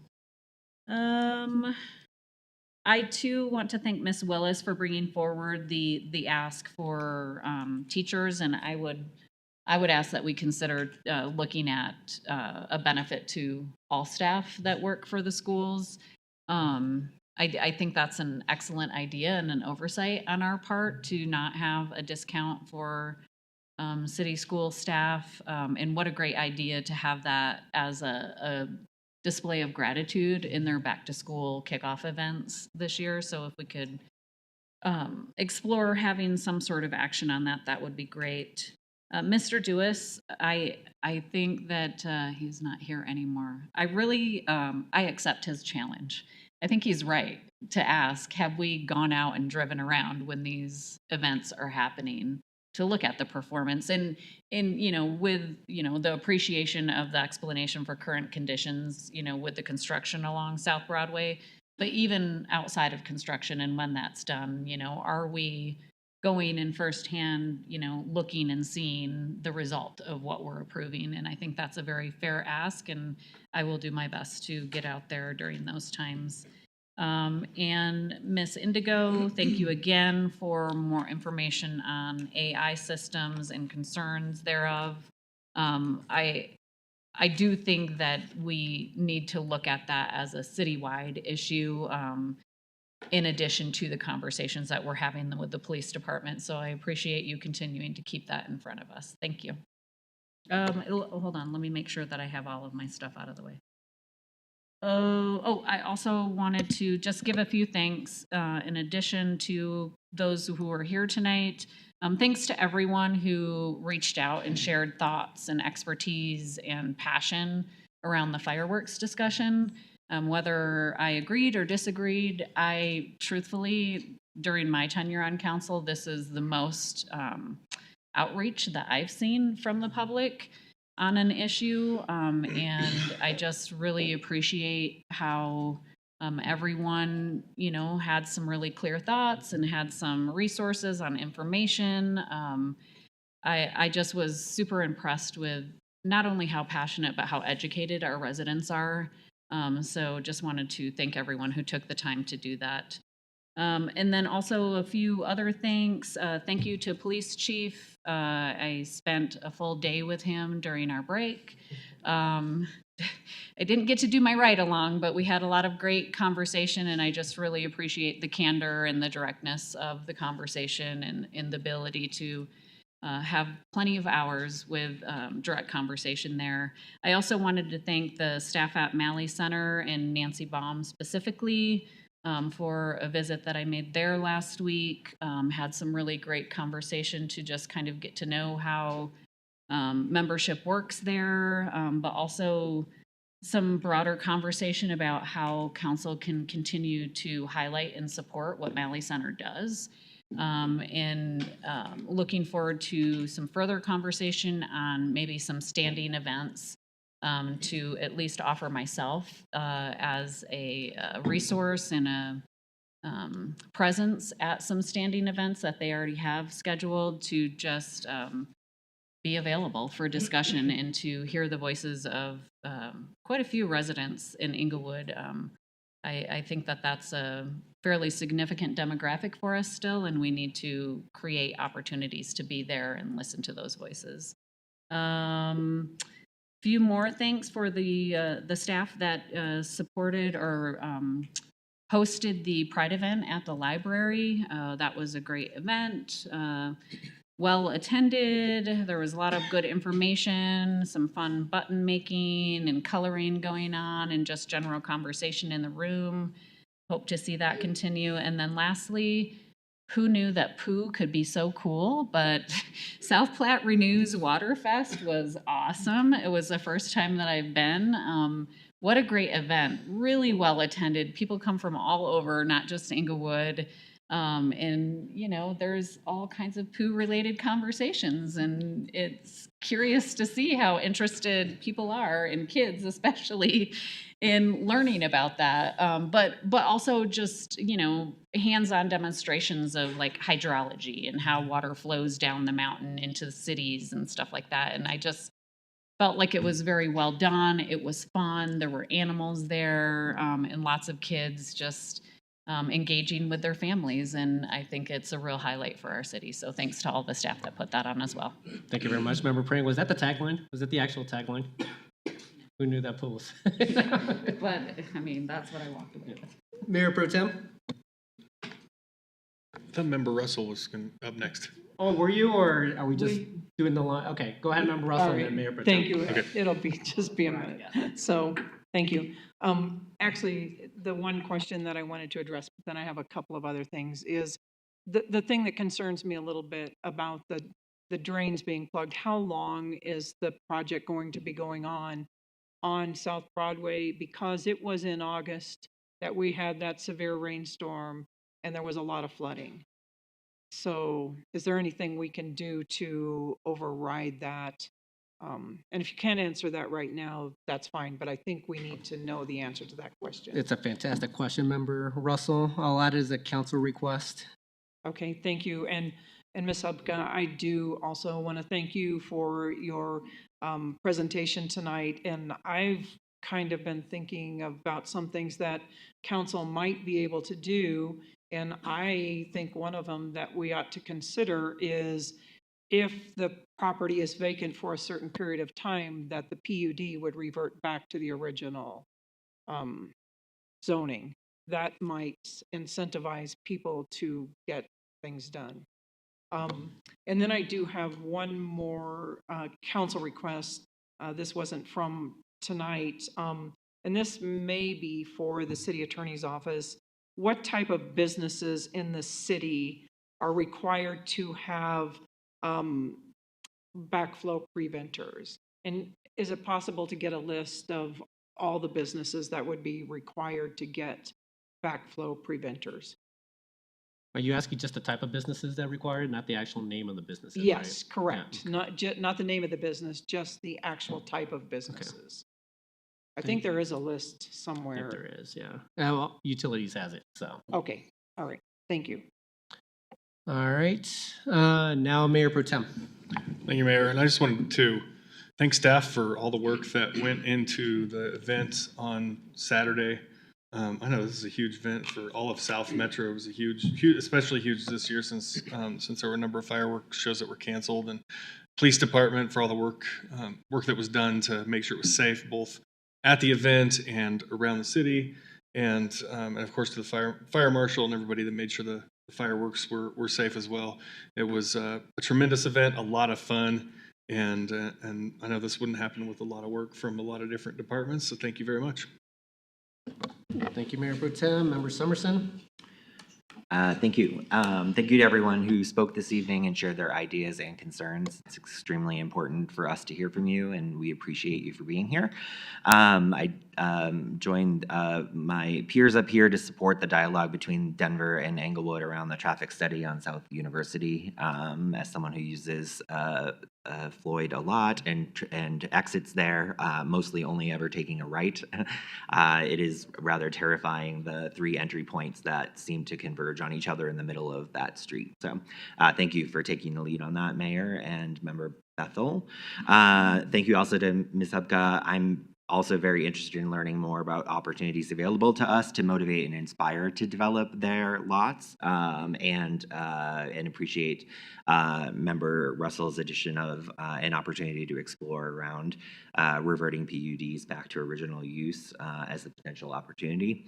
I'm also interested in entering a council request. I'd like to have a list of city-owned vacant lots provided, if possible. So Just wanted to throw that in there.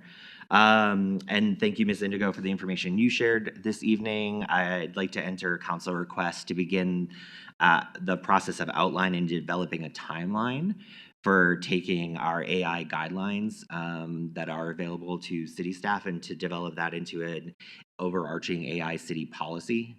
I believe that we need something like that to govern the use of AI throughout the city. It's something that can serve as a North Star to all city departments who might have unique applications or third-party needs like the EPD. There should be a single point that we are all focused on, regardless of where that application might go. So, thank you. Was that a council request, Member Summerson, or? Yes. Yeah, okay. AI strategy, AI policy, basically. Correct. Yes, very specifically just the beginning of an outline, developing a timeline for when we may roll out a formal AI city policy, as opposed to, guidelines of practice of use. Thank you very much, Member Summerson. Wanted to get clarity on that. Thank you for that. And Member Ward. Thank you, Mayor. I wanted to open by concurring with Member Anderson's comments on the 4th of July event. Mrs. Ward and I were there with a couple of my friends and constituents from District 4. It was delightful. And I enjoy attending that event on an annual basis. I support working with Denver to find solutions at University Boulevard. I think that's a great idea. Anytime we can work with Denver, rather than against them, I think is an opportunity for us. The Tejon project on the far west side of town is an example of something that we successfully did in conjunction with Denver. And I think University Boulevard lends itself to a similar approach. Ms. Hubka, thank you very much for your comments on real estate. It's been on my mind for basically the entirety of my council tenure. I haven't considered the empty residential lots as much as the empty commercial lots. But it does annoy me, and I've said this in the past, that at some point, developers decided that it was profitable to purchase properties in Englewood and leave them vacant or empty for long lengths of time.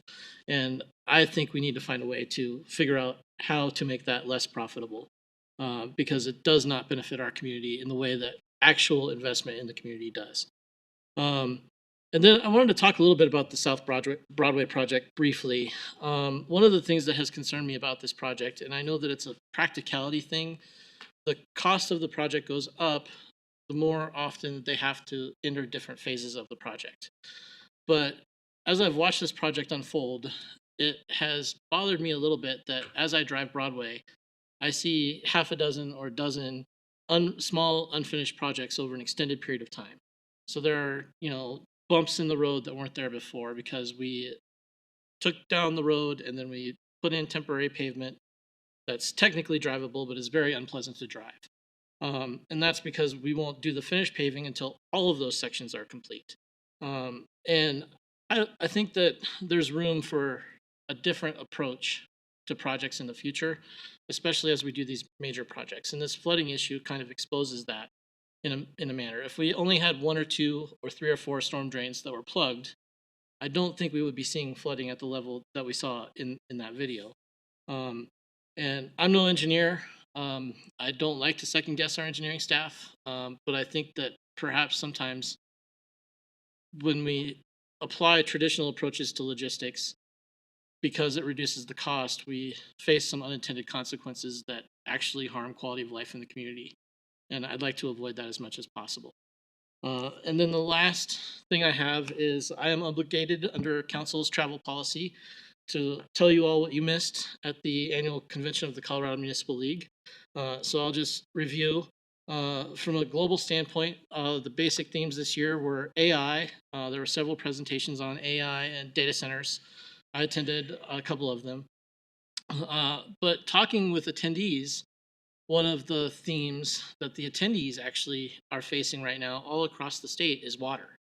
And it was a great reminder that Englewood is in a uniquely good position because of the decisions that our forefathers made relative to our availability of water. And we are currently paying a fair amount of money to improve the desirability of that water. But I think the investments that we're making in our system are something that we can be proud of for generations to come. Several sessions I attended. I was there from Monday through Thursday. Monday afternoon's opening session was a session on empathy. Basically a conversation about how different personality types interact with each other interpersonally in government, and how to consider how someone else thinks and feels when you are trying to work with them. So sort of figuring out the underlying motivations for yourself and for others in an effort to come up with a better product. Then the other sessions that I attended, one of them was a panel of influencers, social media influencers who do primarily TikToks on happenings in local and state government. It was interesting. Probably not the kind of people I would have lunch with, but it was an interesting session. And then a session given by a panel from various fire department agencies on building codes and safety codes, fire codes. Topics there were residential sprinklers and single stairwells, and how much the fire departments and fire marshals and fire code professionals dislike it when politicians take control and try to play in their playpen.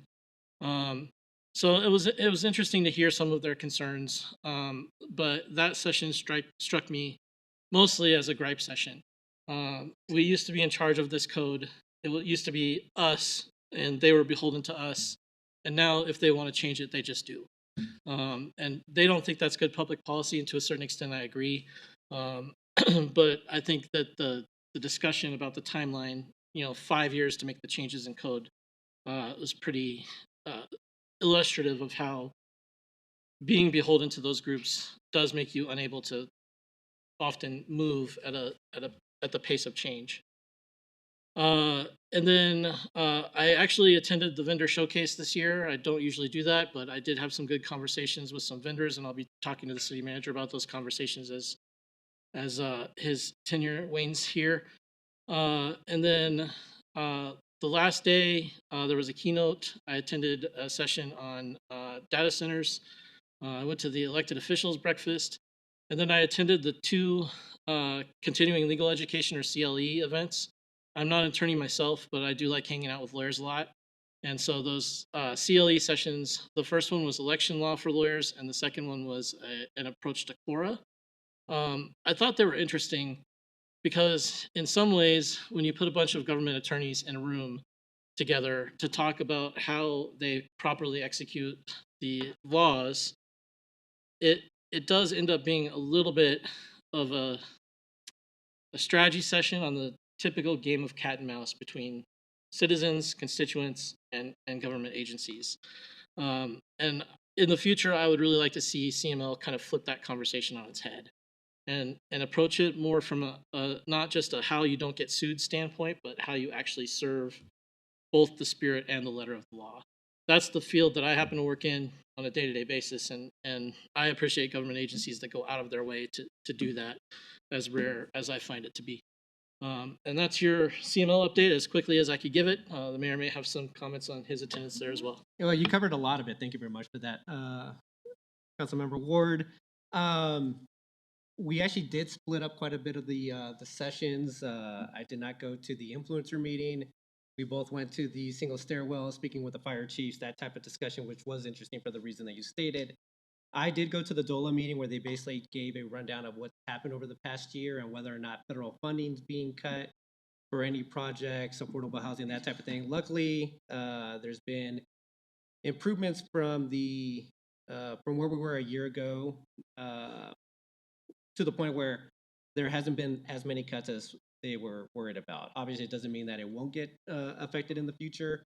But it was just interesting dialogue with DOLA in terms of what has been accomplished over the past year. So it was definitely a good meeting. As you mentioned, water was a big talking point. AI was a big talking point. The last thing I'll just leave here, for us to get back to the meeting, was I was very surprised by how far along Englewood is in terms of our ask of our police department in regards to AI. The reason why I state that is that it was something that was brought up with some of the mayors, and they asked for my opinion because we are further along than just about every single city. And so I basically gave the rundown of what it is that we're looking at, the different type of surveillance that's occurring, whether it's the license plate reader within body cams or within drones. I kind of gave just an overview, a quick overview of that. And then got a lot of feedback afterwards about, hey, we may need to talk because we haven't been asked this yet of our citizens, which really surprised me. Anyway, so those were the big talking points that came out of this CML meeting. First time I've gone, and I got a lot out of it. So I definitely want to go in the future, and I'll be asking members of the council in the future if you're able to make time. I think it's definitely well. So. All right, everyone. Member Russell, go ahead. Just one more thing that's a public service announcement, because I'm not sure this got put in any of the emails. Water rates went up. The way we charge water went up the 1st of July, and you will all see it in your August bill. So do not be surprised when the August bill comes, because it's going to be higher. That's, did we just overlook perhaps putting that in the magazine or in the little blurb in the water bills?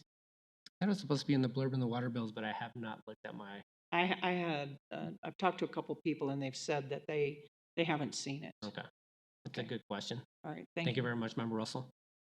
All right, let's see here. We are now moving on to consent agenda items. Looks like we had 2 items pulled, so that was 9A1 and 9C1. Any others from members of council? If not, can I get a motion to approve 9B1 and 9B2? So moved. Thank you, Member Prang. Can I get a second? Second. Thank you, Member Summerson. Can we please vote? Mayor Pro Tem Anderson. Aye. Member Bethel. Aye. Member Prang. Aye. Member Russell. Aye. Member Summerson. Aye. Member Ward. Aye. And Mayor Sierra. Aye. Let the record show 7 ayes. Thank you. Moving on to 9A1, System-to-System Traffic Signal Communications Project. We have Traffic Engineer Manager Thomas Shaw. This question is from Member Russell. Thank you, and I apologize for not getting things out earlier. It's been pretty busy today. On the 3rd page of the council communication, it says Englewood's share of the project is $40,000 and will be funded from the Capital Improvement Project Fund, Signal Equipment Upgrade Replacement. The current fund balance is $548,822.97.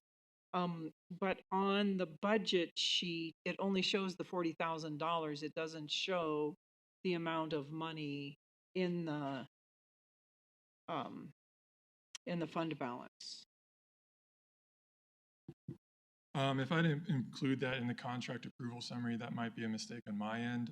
It is something that prior to this IGA amendment, the renewal of a new IGA, the project had been funded previously in its inception in 2022, but I can work to revise that contract approval summary to make sure it's accurate. I would appreciate that. The thing is, if we carry things over from previous years, it still should show as a balance in that fund. Is that correct? I believe so, yes. Okay. For the Public Improvement Fund. Okay. So I just wanted to that was my only question. I'm sure that probably there is enough money, but we need the information on the budget sheet. Absolutely. We'll get All that right. revised. Thank you. You're welcome. Thank you very much, Member Russell. Any further questions for members of council? Seeing none, can I get a motion to approve 9A1? I move to approve 9A1. Thank you, Member Russell. Could I get a second? Second. Thank you, Member Ward. Can we please vote? Mayor Pro Tem Anderson. Aye. Member Bethel. Aye. Member Prang. Aye. Member Russell. Aye. Member Summerson. Aye. Member Ward. Aye. And Mayor Sierra. Aye. Let the record show 7 ayes. Thank you very much. Thank you very much, Mr. Shaw. Moving on to 9C1. This is the 2026 Mullen Overlay Project. We have Director Rochelle. I believe the questions from Member Summerson. Not a particular question, but just around following up on some comments about the public hearing process and communication. And so I know there'll be a big piece to communicating with folks as this happens in both their alleys in some cases and their streets, and just wanting again to make sure that our team is focused on simple, jargon-free communication that is timely. The Excel project is an example of something that has just been complicated for residents to sort of plan for, or plan around, or to understand. And not that we're involved in that, but just an opportunity that I just want to make sure that our residents are getting clear direction on what to expect and why, and how it benefits them. So. Yeah, thank you, Councilmember Summerson, for the question. Good evening, Mayor and Council. Victor Rochelle, Director of Public Works. So to answer your question, we have a couple of different strategies that we employ with this project every year. This year, we're going to be sending out over 2,000 mailers to folks in the surrounding areas where we're going to be doing mill overlay and the alley maintenance with the millings. Our contractor also, as specified in the contract itself, are required to give 24 to 48-hour minimum notice via door hangers, knocks, and flyers on adjacent residents to the streets that we're going to be maintaining. So we do a broad reach. That flyer that I mentioned that'll be mailed out has a QR code. If residents want more information, they can go use that QR code in the website to really dial in that information, and then you get the notification from the contractors. Staff also work with our communications team as well to help promote the project and share information via social media as well. Thank you. Yeah, thank you for the question. Member Pring. Thank you. Since it's already been pulled, I'm going to ask a question. Sure. I want to understand the dollar amount of this project, and then why on page 3 of the contract, under section K for appropriation of funds, it gives like the full amount of money that we have available for mill and overlay. And I just want to make sure there's no conflict as far as like the price for the contract stated and then this greater amount being listed in section K under appropriation of funds. Yeah, thank you for the question, Councilmember Pring. So the amount of the contract is the dollar amount on the initial header for that contract. The low bid was asphalt specialties for $2.4 million and change plus contingency.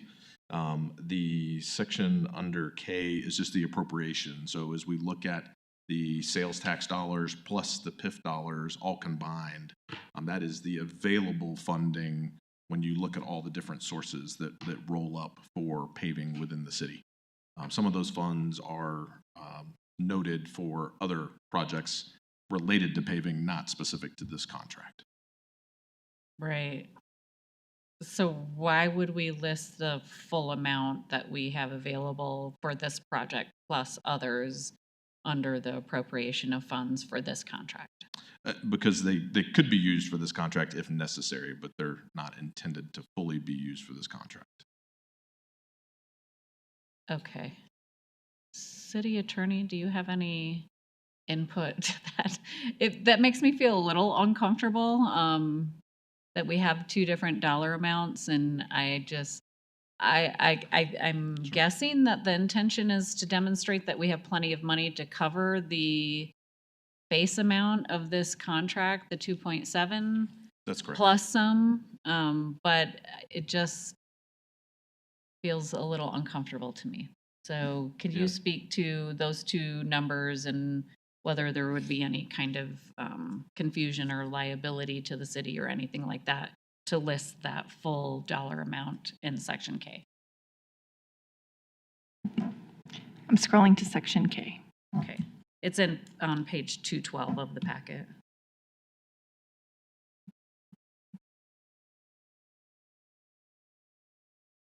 And I'll defer to City Council, but it also heavily touches on Tabor and making sure we have those funds available when we sign the contract under Section K.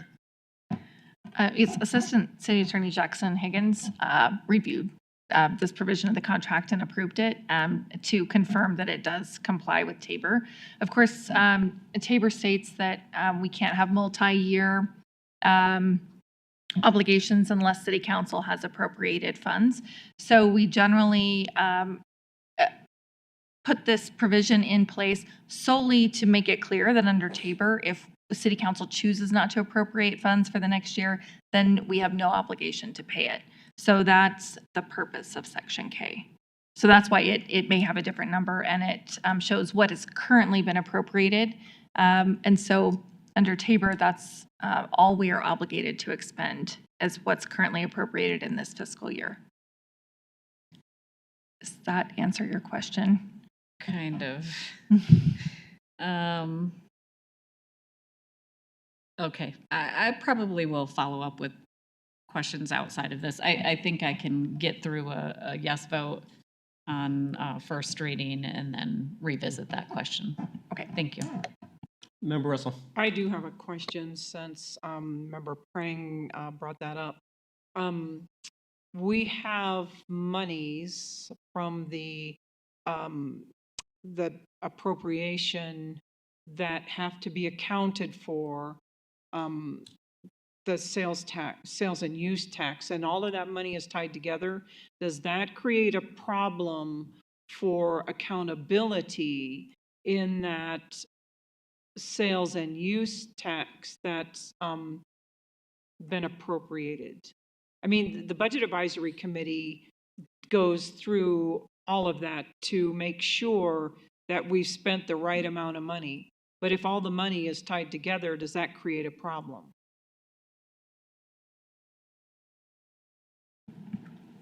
I'm not sure I understand your question. However, when we do have specifically designated sales tax, we are of course required to expend it for that purpose, or property tax as well. So as long as the Budget Advisory Committee, city staff, city council ensures that money collected for a specific purpose is used for that purpose, that's sufficient. We can add money in from other sources as well to complete a project. But of course, the only limitation we would have is to make sure the money is expended for a specific purpose if it was collected for a specific purpose as designated by our voters. Okay, I appreciate that. And one thing I was going to share too, when I thought about pulling this, I'm glad it got pulled, because I personally believe the amount of money that's expended on this, there should be a presentation, and it probably shouldn't be on consent agenda, because the public needs to know where we're spending the money. Okay, thank you, I appreciate that. Thank you very much, Member Russell. Member Ward. Sorry, while we're here. I concur with Member Russell. I think this is a good thing for us to talk about just for public notice, how much it costs for us to do this on an annual basis and where we're actually going to be working. My question for you, Director Rochelle, is similar to questions that I've asked you in years past. Probably a decade or two ago, the city jointly owned a gigantic milling machine with the city of Littleton, and then we decided to go to contractors. And when I poke around on the internet and I look at what the raw cost of even the largest milling machine is, it's less than half of what this contract cost is. Have we recently looked at what the total picture would look like if we stopped using contractors and went back to using city crews? Thank you for the question, Councilman Ward. No, we have not recently looked at that. It's something we'd be more than happy to look at. A few things to keep in mind. We would need to address the staff need to operate the machine, which would take current staff off of regular maintenance. So we'd have to reallocate resources and then hire additional resources to maintain the same level of service, whether that's potholes, street sweeping, crack seal, things of that nature. So there are a couple of different variables that would need to go into that, plus the cost of materials on top of the milling machine. Right. So, okay, thank you. Definitely something we're happy to take a look at. I think it might be worth having that conversation again. I don't know if any of my peers are interested in talking about that. It's more logistical than structural, but I'm curious about it myself. Sure. All right, thank you very much, Member Ward. With that, can I get a motion to approve 9C1? Moved to approve. Thank you, Member Summerson. Could I get a second? Second. Thank you very much, Member Bethel. Any further comments? All right, can we please vote? Mayor Pro Tem Anderson. Aye. Member Bethel. Aye. Member Prang. Aye. Member Russell. Aye. Member Summerson. Aye. Member Ward. Aye. And Mayor Sierra. Aye. Let the record show 7 ayes. Thank you so much. Thank you very much, Victor. Thank you, everyone. All right, we're moving on to public hearing items. So we have a public hearing for non-residential, non-conforming uses in residential districts. I will ask, I will move to open the public hearing. Can I get a second? Second. Thank you very much, Mayor Pro Tem. Can we please vote? Mayor Pro Tem Anderson. Aye. Member Bethel. Aye. Member Prang. Aye. Member Russell. Aye. Member Summerson. Aye. Member Ward. Aye. And Mayor Sierra. Aye. Let the record show 7 ayes. All right, we have Director of Community Development Brad Power, as well as Senior Planner Will Charles. I think anyone that is going to be speaking at this public hearing, whether it's part of the presentation or that is speaking in favor or against this public hearing, if you wouldn't mind standing and raising your right hand, we'll have our city clerk swear you in. All right. Do you swear to or affirm to tell the truth, the whole truth, and nothing but the truth in this matter now being heard by the City of Englewood City Council? Perfect. Once you come up, please state your name and title, and that'll be for the record. Thank you. Sounds good. All right, with that, Mr. Will Charles, the floor is yours. All right, so Will Charles, Senior Planner with the Community Development Department. So this one is a little bit of a long time coming. It's been about a year or so since we started this process. So just to kind of give a little bit of background, because I know a few members are new since we started. For this, we started out with 3 neighborhood nights and an Englewood block party to get some public outreach. We also met with all of the affected property and business owners. We had 2 study sessions with the Planning and Zoning Commission, a study session with the Historic Preservation Commission, and then also 2 with City Council. And so just to kind of reiterate what these are, so these are commercial and industrial businesses that are located in residential zone districts. There's a finite number of these. There's 12 of them, I believe, total. And through basically through no fault of their own, whenever they were developed, they were an allowed use. Either the zoning changes, they get annexed, things of that nature. Now they're a prohibited use. So that's what these 12 property owners are involved with. Through all those study sessions, we developed the following amendments to the code. And so I'll kind of run through a summary of what those are and then answer any questions. But the first are for Chapter 2. This is where all of the procedures lie. So, when you apply for an application, this is the section that tells you what documents to submit and what the outline of the process will be. So for this, there was an addition of the special exception for existing commercial structures in residential zones. So as you might remember with home occupations, we did something kind of similar where there's a lot of things that are allowed as a by right, and then there are certain things that are a little more intense that require additional approval. This one would go to the Planning and Zoning Commission for approval. So for those that go to the Planning and Zoning Commission, these would be the criteria that they would be asked to meet. So the first ones are all kind of things that basically cap you from asking for something that's not allowed by the regulations. And then the bottom 3 are kind of the ones to allow some flexibility and to ask for conditions. So the first one is city staff input. The second one is any information that was provided by neighboring residents during their neighborhood meeting.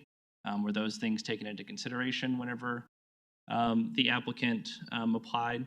And then also, are there just any specific or necessary, conditions to add on to make it viable?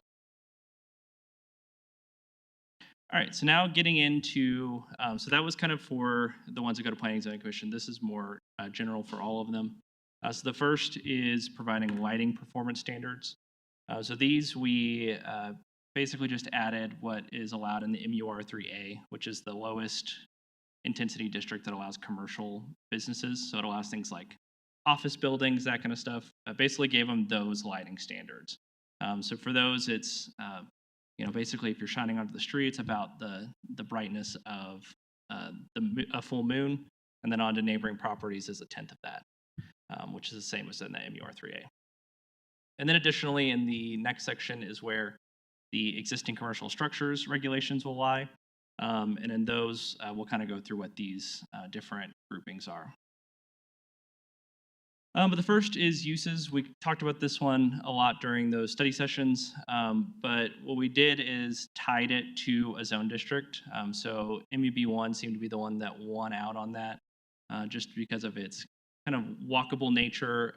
It has, of the MUB districts and M1 and M2 districts, it has the tightest list of allowed uses. So basically it allowed things in the MUB1 district except for these ones. So things related to, vehicle and auto sales, marijuana, weapons, things of that nature. And then additionally at the end, so it says residential units beyond the quantity allowed by the property's base zone district. So if you were in an R1 district, that would be your, one house plus ADU. If you were in an R2 district, that would be whatever the density allows for. All right, so getting into development standards. So the top portion was really designed around, the lot coverage was pulled again from kind of those lowest intensity commercial districts, which allow for up to 70%. And then the right side is trying to kind of merge what's existing out there on these businesses to kind of eliminate as many nonconformities as possible. But then also, keep in mind that it's in a residential district, so keeping it at that lower 30% or 30-foot height requirement. And then as far as the actual configuration of these lots, the first main thing is there couldn't be any expansions or reductions in the size of these lots. So if the house to the north of one of these goes up for sale, they couldn't buy that and then combine it into their property to have a bigger business. Additionally, there would be a cap on the size of these commercial structures at 5,000 square feet. There would be allowances for non-conforming setbacks similar to what are allowed in residential uses. And then also, again, clarifying that residential component. So as far as new commercial structures and tenant spaces, there would be the allowance for the splitting up of a structure into multiple different tenant spaces, but there wouldn't be the allowance for a completely new standalone commercial structure. And then also, similar to what we discussed during our residential nonconforming uses study session, there is also a requirement currently in the code for these to pull a permit within 1 year if they're damaged. So this would kind of bump that up to where they would have 3 years to apply for those permits. As far as new residential structures, they would be allowed, so they could do like a standalone EDU or something in the back of one of these properties. And then as far as signage, there are already requirements in the code for residential zone district signage. So this would just follow those, with the one exception being ground signs and illuminated signs. So those would be prohibited by these requirements. As far as outdoor seating, basically capped at 500 square feet or 25% of the total floor area of the structure, whichever is greater. And then also have requirements to try to push that outdoor seating away from those residential uses and have it more be something that is, between the structure and the sidewalk, or at least to the side of the structure, but pushed closer to the street than to the neighbors. Similarly for fencing, they would just follow the fencing standards of their zone district, and then parking would require some buffers if they chose to add any spaces. Then we get into service window facilities. So these are more of like a walk-up window for something if you wanted to, have a food product that you gave out that window. Those would be allowed as long as they're, again, oriented away from those neighboring properties. And then drive-throughs would be expressly prohibited. And landscaping currently in the code is, funnily enough, prohibited from improving your landscaping, and this would allow allow them to improve that landscaping. So, all right, so that was kind of the overarching regulations. So as I mentioned, there's two different kind of sets. There's the approved administratively, and there's the approved with a hearing before the Planning and Zoning Commission. So things that fall under these categories would be the administrative ones. Anything that goes above these would be those Planning and Zoning Commission hearings. So the first one is whenever a property changes use. If it's over 3,000 square feet, it would require, if it's under 3,000 square feet, it can be approved administratively, except for restaurants and brew pubs, which would be 2,000 square feet. Signage can be approved by the director. Outdoor seating and dining areas less than 500 square feet could be approved. Small site improvements, bicycle facilities, existing or additions to existing structures. So we kind of talked about this one a bit during those study sessions also, but 500 square feet is kind of the magic number where you could realistically add a bathroom or something of that nature without needing to go through a public hearing to do that. So that might be required by some uses if they wanted to change into those, and so this kind of allows for that. Similarly for height, this would anything with a 10% height increase or less would be administrative. Similar idea, if you have to do a roof improvement or something like that, where you end up being a foot or 6 inches taller than you were before, those can be done administratively. But if you actually want to add a significant floor or something to the structure, you're going to go to a hearing. All right, and then we get into the Planning Commission approval. So these would be the ones that go to those existing commercial structures special exception. So this would be whenever you're dividing the structure into multiple tenant spaces, whenever you are reconstructing or restoring a damaged structure, additions over 500 square feet, new residential structures that exceed 500 square feet, increases the height that are more than that 10%, outdoor seating and dining areas that are bigger than that 500 square feet, and then the site improvements. Some of them are things like lighting that are higher up in the air and things of that nature, and also off-street parking spaces.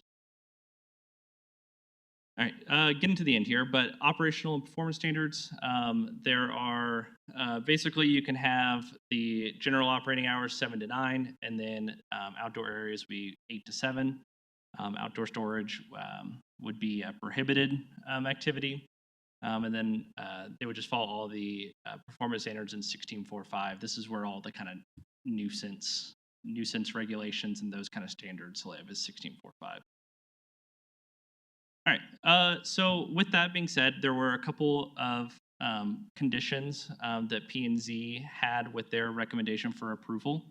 So they're kind of deleting a couple of things I told you from these previous slides, but the first one, they felt to be simpler just to have the operational hours be 7 a.m. to 9 p.m. for outdoor seating and for the interior uses of the structure. The second one is, as it's written right now, there's a 200-foot mailing for the neighborhood meeting. They felt that was a little bit too low, so they recommended 400 feet. So just if you kind of keep in mind, the long side of a block in Englewood is about 600 feet, so that'd be about two-thirds of the block that you're on would get that mailing. And then the last one is kind of also another simplification of what's written. So this would be any structure that's under 300 or 3,000 square feet could be approved administratively for a change of use. So those bars and restaurants and things like that, if they were under 3,000 square feet, could be approved administratively, whereas the way it's written right now is 2,000. All right, so that was a lot of information. Does anyone have any questions for me? Mr. Charles, thank you very much for the presentation. Any questions from members of council? I guess I just had one. I'll kick it off. Let's see here. Where was it under? Review and approval procedures for planning commission approval. So new residential structures that exceed 500 square feet. Can you kind of talk about that, just because we're talking about non-residential? Is this if they wanted to give away their commercial? So this would be, so again, they're in the code right now, there is an allowance for you to add residential units up to what your zone district allows. Okay. So a few of these don't have any residential units currently. Right. So this would allow you, if you wanted to do a 500 square foot like accessory dwelling unit, Mhm. you could do that by this. But if you wanted to do a full on, 12,000 square foot or 1,200 square foot house on the back, it would require that hearing. Okay. Thank you very much for that. Member Summerson.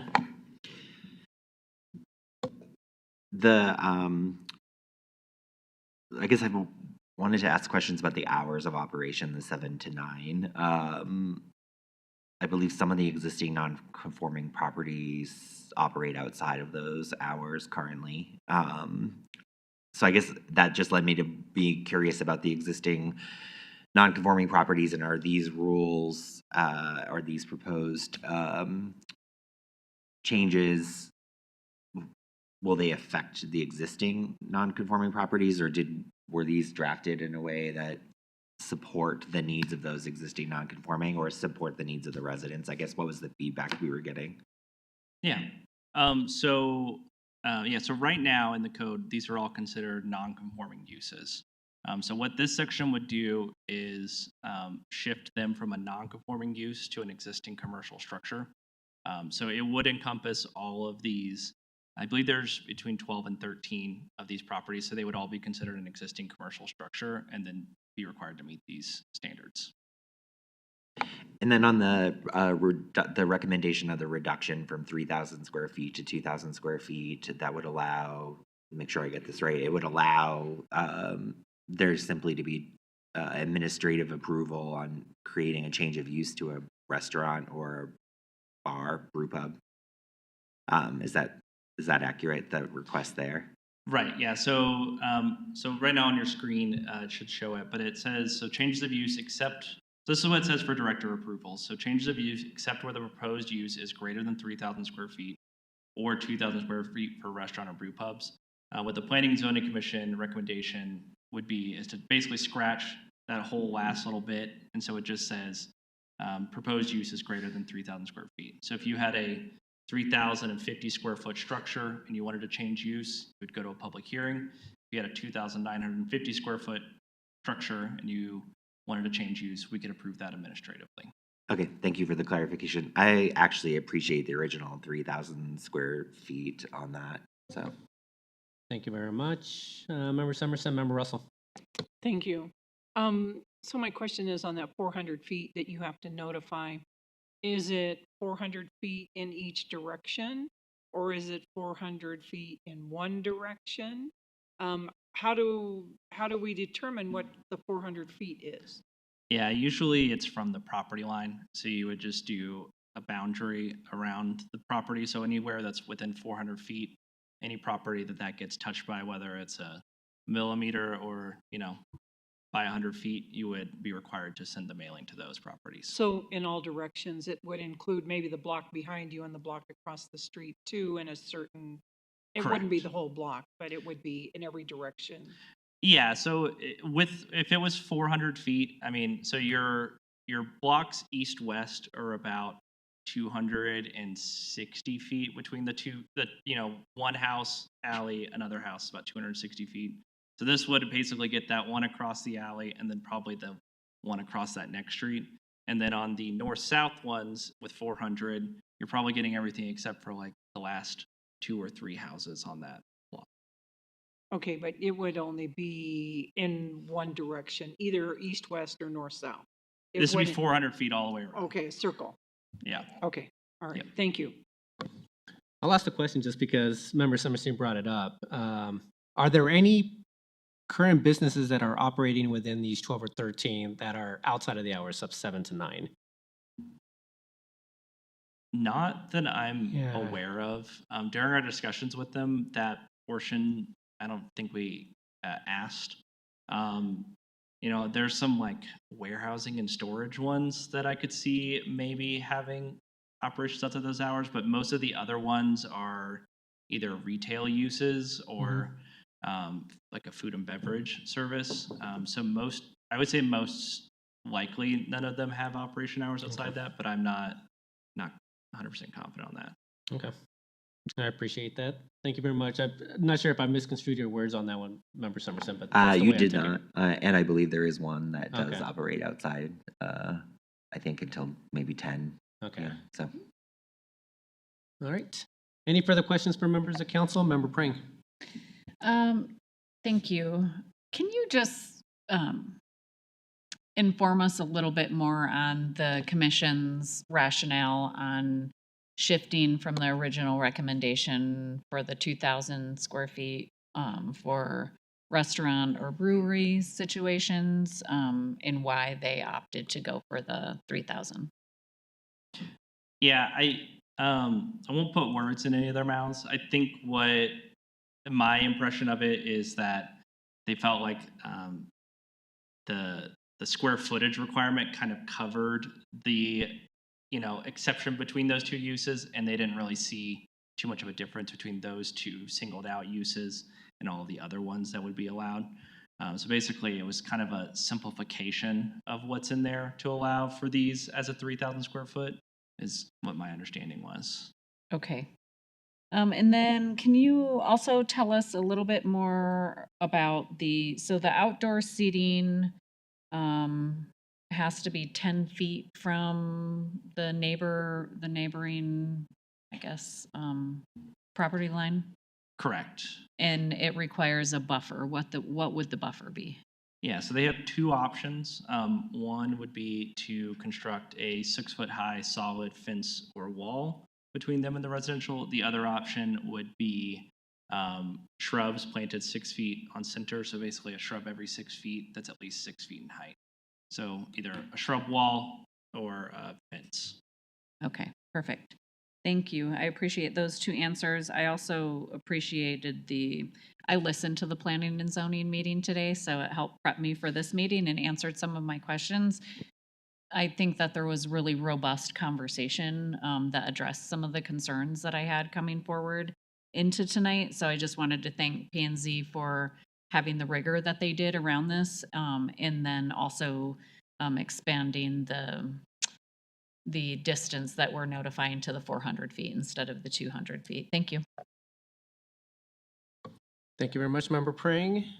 Any further questions for members of council? All right, I think I'm going to see if there's anybody or any members of the public that are looking to speak for or against this item. No one has to speak. I see people in the room. So if anybody wants to speak on this item, either for or against it, now's your time. If not, all right, I will just ask for a motion from members of council to close the public hearing. Move to close the public hearing. Thank you, Member Prang. Could I get a second? Second. Thank you very much, Member Bethel. Can we please vote? Mayor Pro Tem Anderson. Aye. Member Bethel. Aye. Member Prang. Aye. Member Russell. Aye. Member Summerson. Aye. Member Ward. Aye. And Mayor Sierra. Aye. Let the record show 7 ayes. All right. Thank you very much. Members of council, do we need a break or are we good to proceed? Quick break? All right, can we do a 5-minute break and try to be back here right before 9:10? Thank you very much.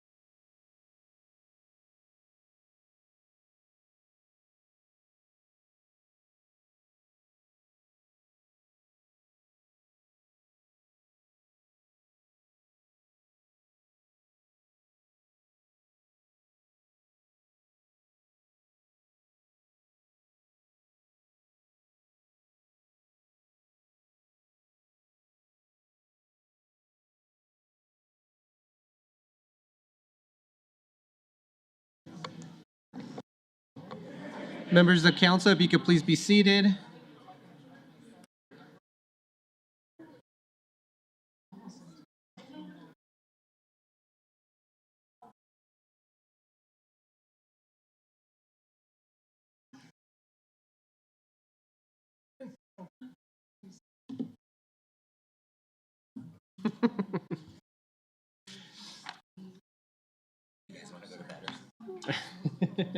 All right, members of the public, we are now back. We're moving on to agenda item 11A1.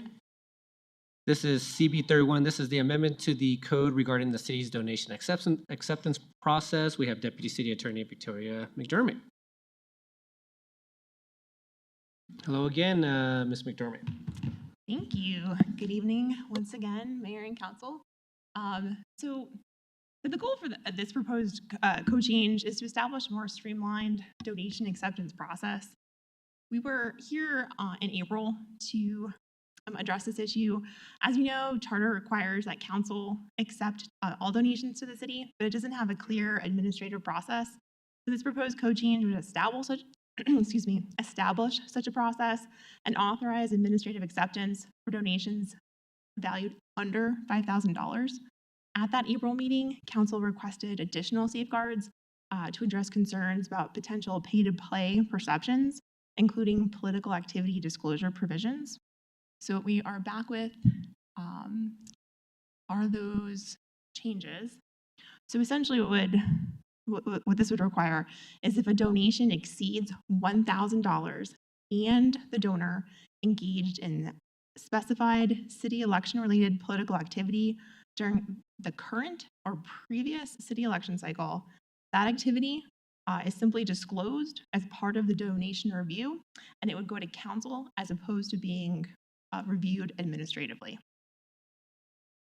So donations that are associated with those qualifying events go to council, and then we have criteria within the proposed code change about what would be looked at. So essentially you're looking to see, well, now this donation coupled with this prior political activity, does that create some sort of conflict of interest for which the council would be rejecting the donation? So with that, I'm happy to answer any questions. Thank you very much, Deputy City Attorney. Any questions for members of council? Member Pring. Thank you. I really appreciate all of your work on this and addressing the concerns that were brought up previously to the presentation. I just wanted to ask, I did ask you this previously, but I'm going to ask it out loud in front of my peers and the public. Would there be anything that prohibited us to limit the number of anonymous donations to once a year? So my ask is to avoid any loopholes of reporting and items that need to come forward to council. If we have an anonymous donation and donations under a certain amount can be made throughout the year multiple times, I think that that is an area of gray that should be addressed, and I'd like it to be clear. Thank you for the question, and since we talked, we've been looking into that. One of the issues we'd have is, since it is an anonymous donation, how we would track that, we related back to that donor, right? So how do we know that one person has made 5 $100 donations? What we could do is include within this code change that any anonymous donation would still just go to council and wouldn't be eligible to be approved administratively. Yeah, I can see the conundrum and challenge with that. I mean, I would almost even be happy with there just being a statement that only one is allowed and hoping that the public will honor that. I mean, I think there's pieces within this that still have some wiggle room, around the concerns that I've brought up, but just to kind of make the statement to discourage, I'm just wondering if council would be open to doing that and if there is any legal reason that we couldn't make a statement to that effect. I mean, the only thing we would want to be mindful of is that we were tying it back to the legitimate governmental purpose of ensuring anti-corruption and these pay-to-play rationales. So as long as we're doing that, that's something we could address. Okay, thank you. Member Ward. Perhaps I'm just naive here, but I don't necessarily understand the nexus between a political donation and a donation of something of value to the city itself and the citizens of the city. What are we trying to prevent? Great question. From my understanding, we're trying to prevent undue influence being exerted upon city staff and city council. And so the theory is that if someone makes political donations to the members of council, those council members would in theory be somehow beholden to them for something, or, you know, at least of an enhanced voice. And then if that person then in turn makes a sizable donation to the city, the staff might feel similarly beholden, and thus the second leg of the balance of powers is knocked out. Exactly. That's what we're trying to address, and making sure we have that review so that we can look at those issues and make those assessments about whether or not there is that potential for coercion or conflict, and then decide at a council level whether or not to accept the donation. Okay, that makes sense. Thank you. Member Russell. Thank you. So this really does not involve donations to city council members, aren't we? I mean, we're exempted from receiving gifts we can receive inexpensive gifts for certain things. Is that correct? So this ordinance does nothing to address political contributions to council members. It doesn't require us to reject a donation simply because there's been a political contribution. This specifically just addresses how Charter Section 80 and how the city accepts donations. So would this also apply to, I know for a while when I was on the Malley Center Trust Fund board, that they had solicited brochures that people, and we've gotten some substantial donations from estates to the Malley Center. So does this apply, does Charter 80 apply to donations to the Malley Center as well? So that's a great question. I believe the Cultural Arts Commission has its own provisions on how acceptance is handled there. Off the top of my head, I need to double check how Malley itself accepts donations. Okay. But there are within our code already, there are certain powers that have been delegated to different boards and commissions when it comes to accepting donations. Okay. And are they covered by Charter 80 also? Well, yes, they are, but by municipal code, that's one way that council could delegate their power under Charter Section 80 is by having a municipal code provision, such as where we have already authorized certain boards and commissions to accept donations. And then here would be another instance potentially where council would be able to utilize their power by delegating to the city manager that authority to accept under 5,000. So in a sense, yes. Okay. Thank you. I appreciate that. I would think 5,000 is a fairly substantial gift. So we did work with our departments to try to get an understanding about how much, what are the values of donations that are offered to the city. It does vary. I mean, really what happens most significantly are certain donations that are made associated with different program activities, like Chick-fil-A coupons being offered for the summer reading program and things along those lines. But when we talk with staff, 5,000 seemed to be the most workable number administratively. Okay. Does the city raise donations? I mean, would this apply if the magazine decided they wanted to sell ads? Or is that different? Ads would be something different. This is Okay. purely when someone, doesn't necessarily expect anything of value in return. They're just trying to make that contribution to the city. Okay, thank you. All right. Any further questions from members of council? All right. Seeing none, can I get a motion to approve Council Bill 31? Move to approve Council Bill 31. Thank you, Mayor Pro Tem. Can I get a second? Second. Thank you, Member Ward. Any further comments? Member Prang, Can I move to amend? you can. So I would like to move to amend, I don't even know how to say it. Amend the approval of the amendment to code regarding city donation acceptance to include a statement with a one-time annual anonymous donation plus legal language associated.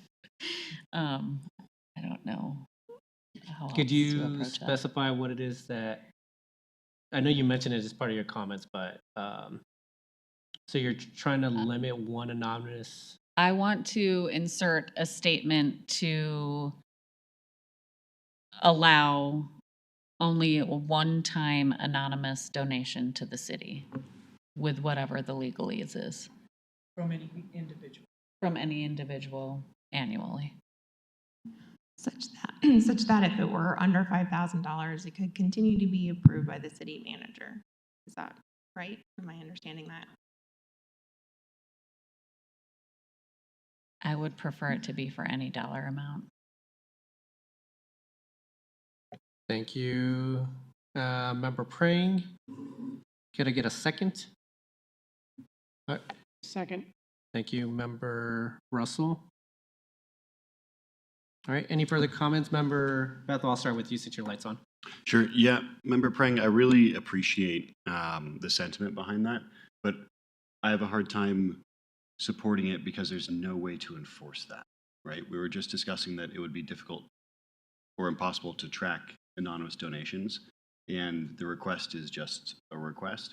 I feel like anyone that would be inclined to give multiple anonymous donations wouldn't be dissuaded from just a request that they only do so once a year, and that it would end up just kind of being superfluous in our city code. So I'd like to explore that, and I'd like to find a more, I don't know, concrete way that we could prevent multiple anonymous donations from coming in, especially, multiple anonymous donations that are under $5,000 that, somehow fall behind, beyond this, into the scope of this ability to be accepted by the city manager's office. I'm just not sure that this is the best way to do that. So again, yeah. Thank you, Member Bethel. Mayor Pro Tem? My question or concern about this is kind of one step back from Member Bethel's. Is if the purpose of the policy as a whole is to prevent somebody from exerting influence by giving a donation, how would we know what they're trying to influence if they remain anonymous when they're doing so? So I don't see what it actually accomplishes if they're trying to influence the city, giving a whole bunch of anonymous donations to try to mess with the limit in order to influence something, but we don't know who it's from or why they're making I guess maybe they could attach this donation is for, for this particular kind of influence or something like that. But I just don't really understand the purpose of it. Thank you, Mayor Pro Tem. Member Prang, go ahead, and then I may have something as well. Yeah, I would like to respond. The bottom line is we have a lot of things that we don't enforce. And we're not going to come back to this conversation anytime soon unless I continue to push on it. So I do think discouraging it as much as we can, and there is a purpose that's stated for the donation, Mayor Pro Tem Anderson. If you read the packet, it actually states that the report out from the city manager includes the donator, the purpose of the donation, where the fund should go, etc. So even if it's an anonymous donation, it would have some sort of purpose attached to it. So I think that would explain what the money was for. And yeah. Mayor Pro Tem? I don't doubt that a purpose would be attached for what the money is for, but what they're trying to influence with the donation. That's the point of preventing this, is the influencing someone. Member Russell? I would just like to share that maybe it's anonymous, but there may be somebody in the city that knows who it is and what it's for. And so we probably wouldn't know that. But I think that anything to dissuade that would be wise. Thank you, Member Russell. Just a question. How, Deputy City Attorney, how many anonymous donations do we receive a year? So we reached out to Director Kevin Engels in Finance. We don't have those figures specifically. Okay. Member Summerson. I guess my question on, obviously, if someone wants to step up and donate $50 million anonymously to the city, we'll probably find a way to use it. But I do wonder if and perhaps it's not dissuading people from making anonymous gifts to try to be influential might come from just the council needing to still accept anonymous gifts regardless of the dollar amount, that then still allows people to understand that there's still a council action so that we can review the purpose where we may find a pattern in the purpose versus a pattern through the volume. So wanting to take into consideration what Member Prang is saying around anonymity, and also what Member Russell said, which is anonymous donations are generally not anonymous to everybody.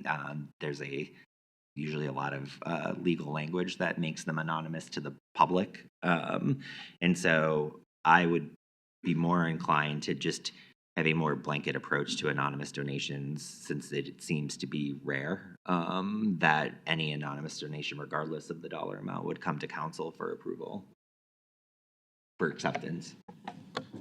Thank you, Member Summerson. Member Prang.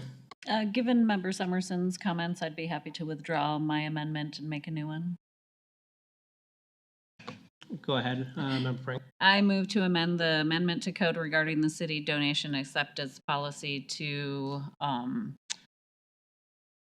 require all anonymous donations come forward to council for approval. Second. Thank you, Member Prang. Thank you, Member Russell. All right. Any further comments on that? Go ahead, Member Russell. I just have another question. How much in a year does the city take in donations? Again, I'd have to get those figures. I'm sorry, I don't have that right now.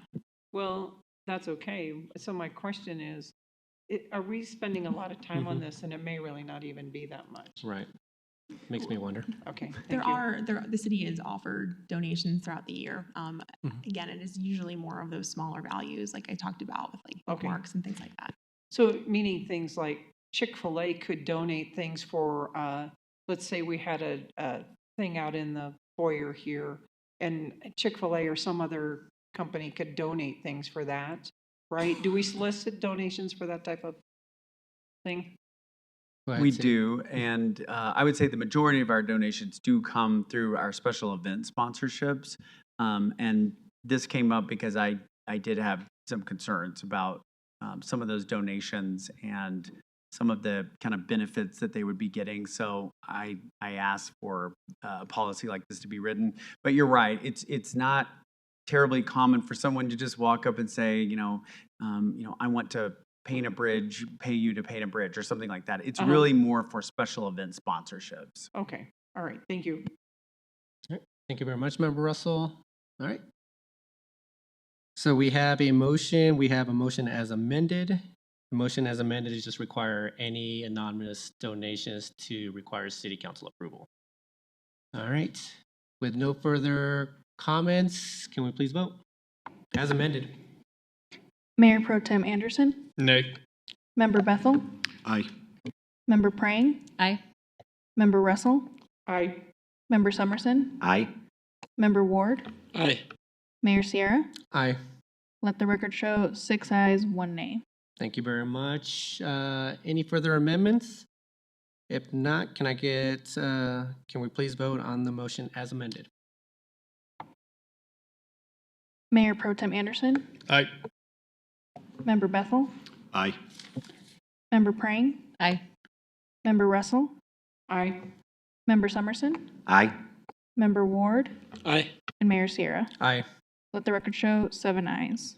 Deputy City Attorney, thank you so much for your time. Thank you so much. All right, moving on to Council Bill 44. This is the Plan Unit Development Amendment for Encantada Daycare on 3080 South Broadway. We have Senior Planner Will Charles.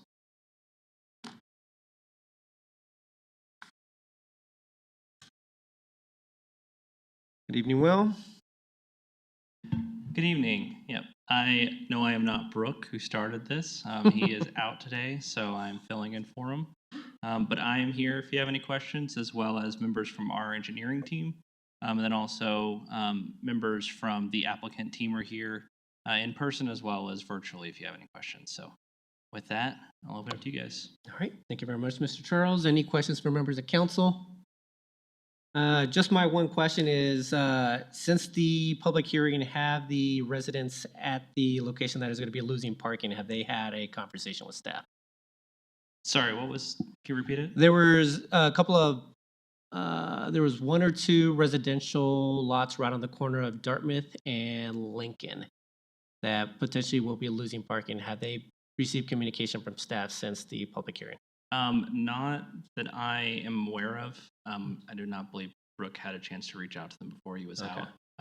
If it's something, we know the 2 addresses, I can reach out to them before. It's right on the corner of Dartmouth. Whatever those 2 southeast ones are. Southeast, southwest corner of Dartmouth and Lincoln. Southwest. Yeah, so the 2 just to the east of it. Just to the, basically. yes. Okay. Those were the 2. Oh, I see what you're saying. Like got it. Okay. Yeah, just to the east of the hamburger stand. All right. Member Russell, I see you're reaching for the button, so. I was just going to ask, since that hasn't been done, can we table this till the next meeting? We could, there is a second reading as well as part of this. So I have a similar concern in terms of that. Thank you, Member Russell. Anything else for members of council? Seeing none, can I get a motion to approve Council Bill 44? So moved. Thank you, Mayor Pro Tem. Could I get a second? Second. Thank you, Member Bethel. Any further comments? Member Summerson. I just want to share that I'll be voting for this tonight, but I do believe that during further permitting for this particular project, that I do want to see more attention paid to both the east and west Dartmouth lanes. I do think that there will be tremendous impact on both of those, and I think for any for-profit business coming in to operate in the city should be a good partner to Englewood in finding solutions and helping to be a contributor to community benefit. And so I'd like to see that take shape through the remaining parts of this process. Thank you very much, Member Summerson. I too will be approving this project. I am happy that Encantada Daycare is moving into the city. I definitely feel they're going to be providing a value not only for our citizens, but those in the surrounding areas. So very, very thankful for that. The only thing is that just kind of like I mentioned, in terms of, and this has nothing to do with Encantada, this is more just coming from our city staff in terms of just the realignment of Dartmouth, is just making sure we communicate with the residents. You know, with this, I know we do the public hearings and those type of things, but when there is parking being removed, just making sure we speak to those residents. I'll make sure I do it personally over the course of the next couple of weeks, but I just want them to be made aware of the inconvenience that they're going to encounter, and we just need to make sure that we do that moving forward. So, but overall, very happy with the plan by Encantada and looking forward to them breaking ground. So I will be in favor. Member Russell. Thank you. And I know a lot of work has gone into this, but I have some major concerns about putting a daycare on Broadway, and this historically has been retail property for a long, long time.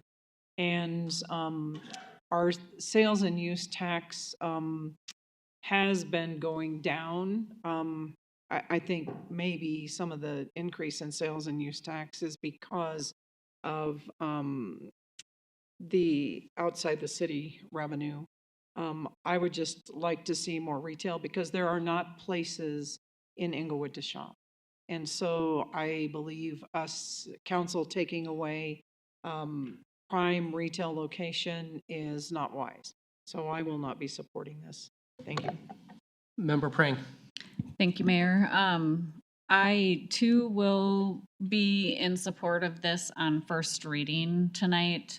And I just wanted to reiterate something that I believe Mr. Summerson alluded to, and perhaps I'll state a little more directly in that I do hope moving forward that we see more of a tone of collaboration, you know, to have a vendor come into the city and want to have a business here and tell us it's not our problem to fix your existing problems doesn't feel good as a governance body in the city. And I just feel that, you know, we should all be working together in the spirit of collaboration to bring good things into the city and be feeling that from our vendors. So I just ask for that moving forward. I am excited for the Spanish immersion aspects of this daycare, and I think it speaks well to a significant demographic in Englewood, and excited to see them here.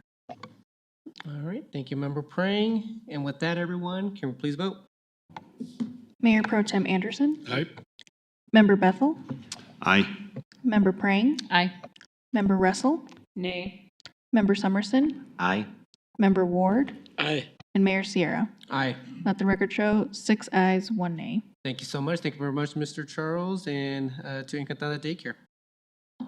Moving on to 11C1, we have Councilmember Rick Summerson's donation to the library program. We have Director Underhill. Good evening. Good evening, Mayor and Council.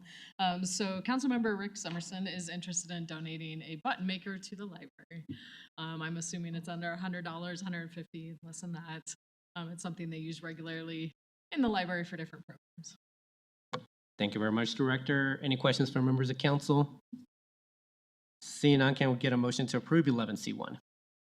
Move to approve 11C1. Thank you very much, Member Brain. Can I get a second? Second. Thank you, Member Bethel. Any further comments? Thank you very much, Member Summerson, for your donation. Member Summerson, go ahead. Thanks.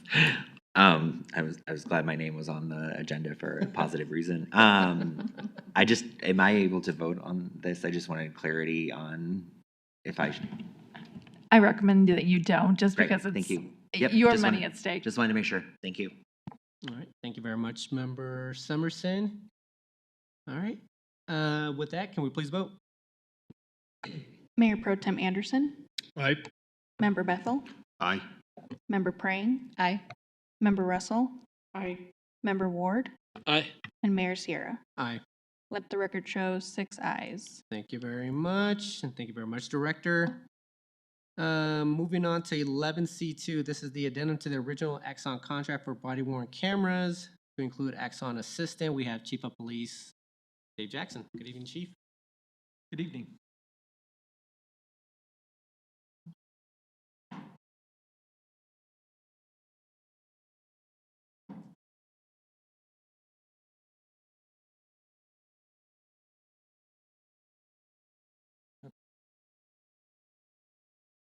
Good evening. The purpose of this presentation is to present the Axon Assistant addendum for the original capital improvement project that included body-worn and in-car camera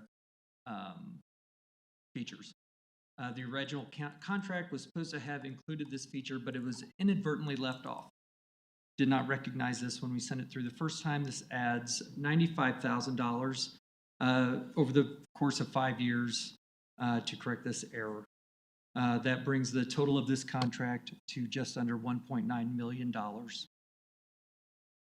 Last time I was here on first reading, there was a discussion, and I apologize that I could not answer this question at the time, but the draft 1 report writing aspect was included in the original contract, and I just wanted to highlight that with a screenshot from the contract. The next, some of the features that we were talking about was the real-time translation, which can detect audible translation for over 80 languages and allow clearer, safer communication during interactions. It also features the policy manual, which is uploaded and officers can ask real-time questions right to their body camera to get direction on given policies.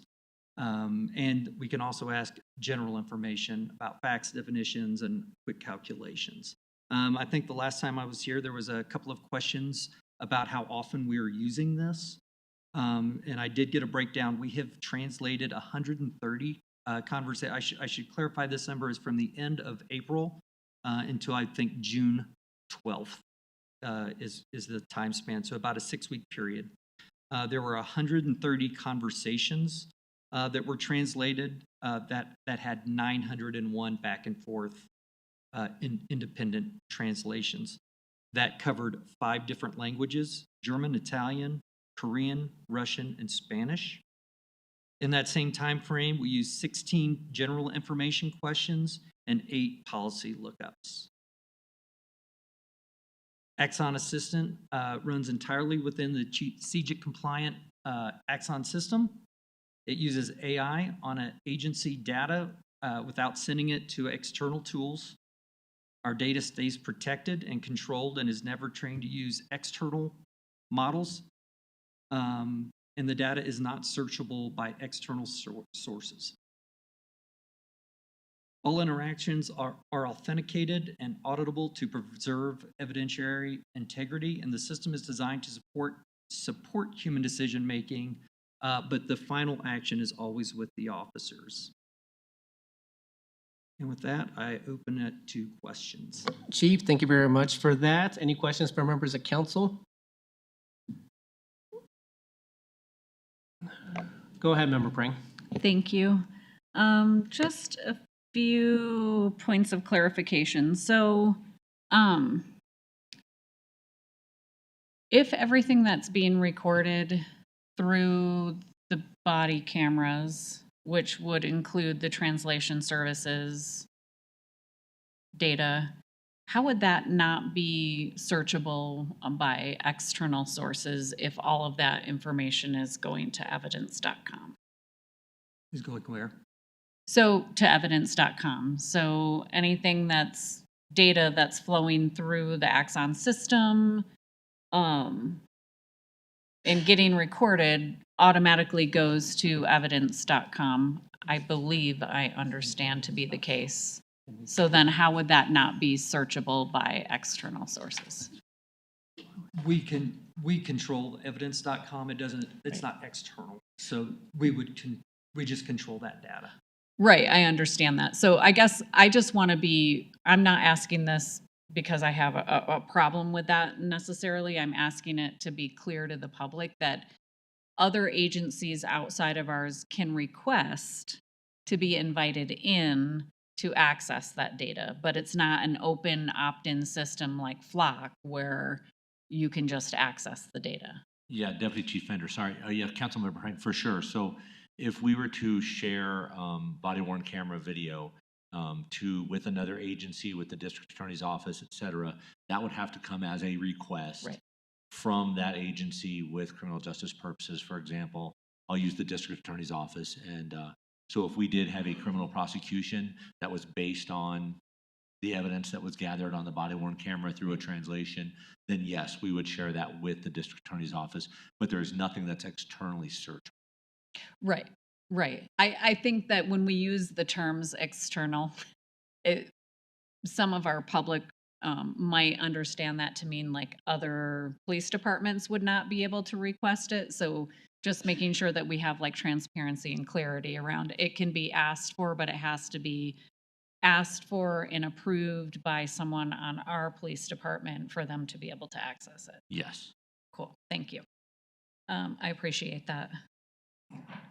And so I did ask this question earlier, but I'm going to ask it out loud and in front of the public, probably to the city attorney. I believe I asked the question of the police chief, but I wanted the city attorney to address when we do annual renewals of our Axon contract, can we add or delete specific modules within the Axon platform environment at those annual renewals? Yes, we can. It may require a written amendment to the contract, or they may want us to enter into a completely separate contract for the expanded or the reduced scope. But yes, we certainly can make changes at the annual renewal. Okay.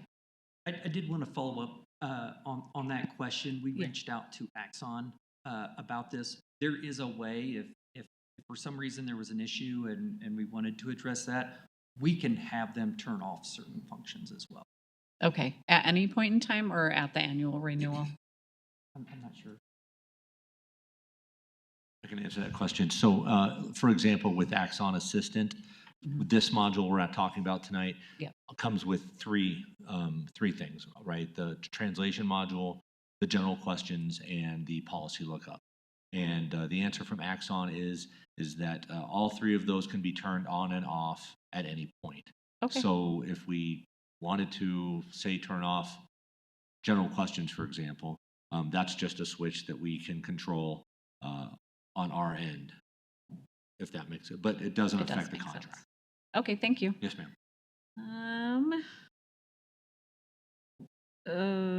I just want to make sure I don't have any other questions right now.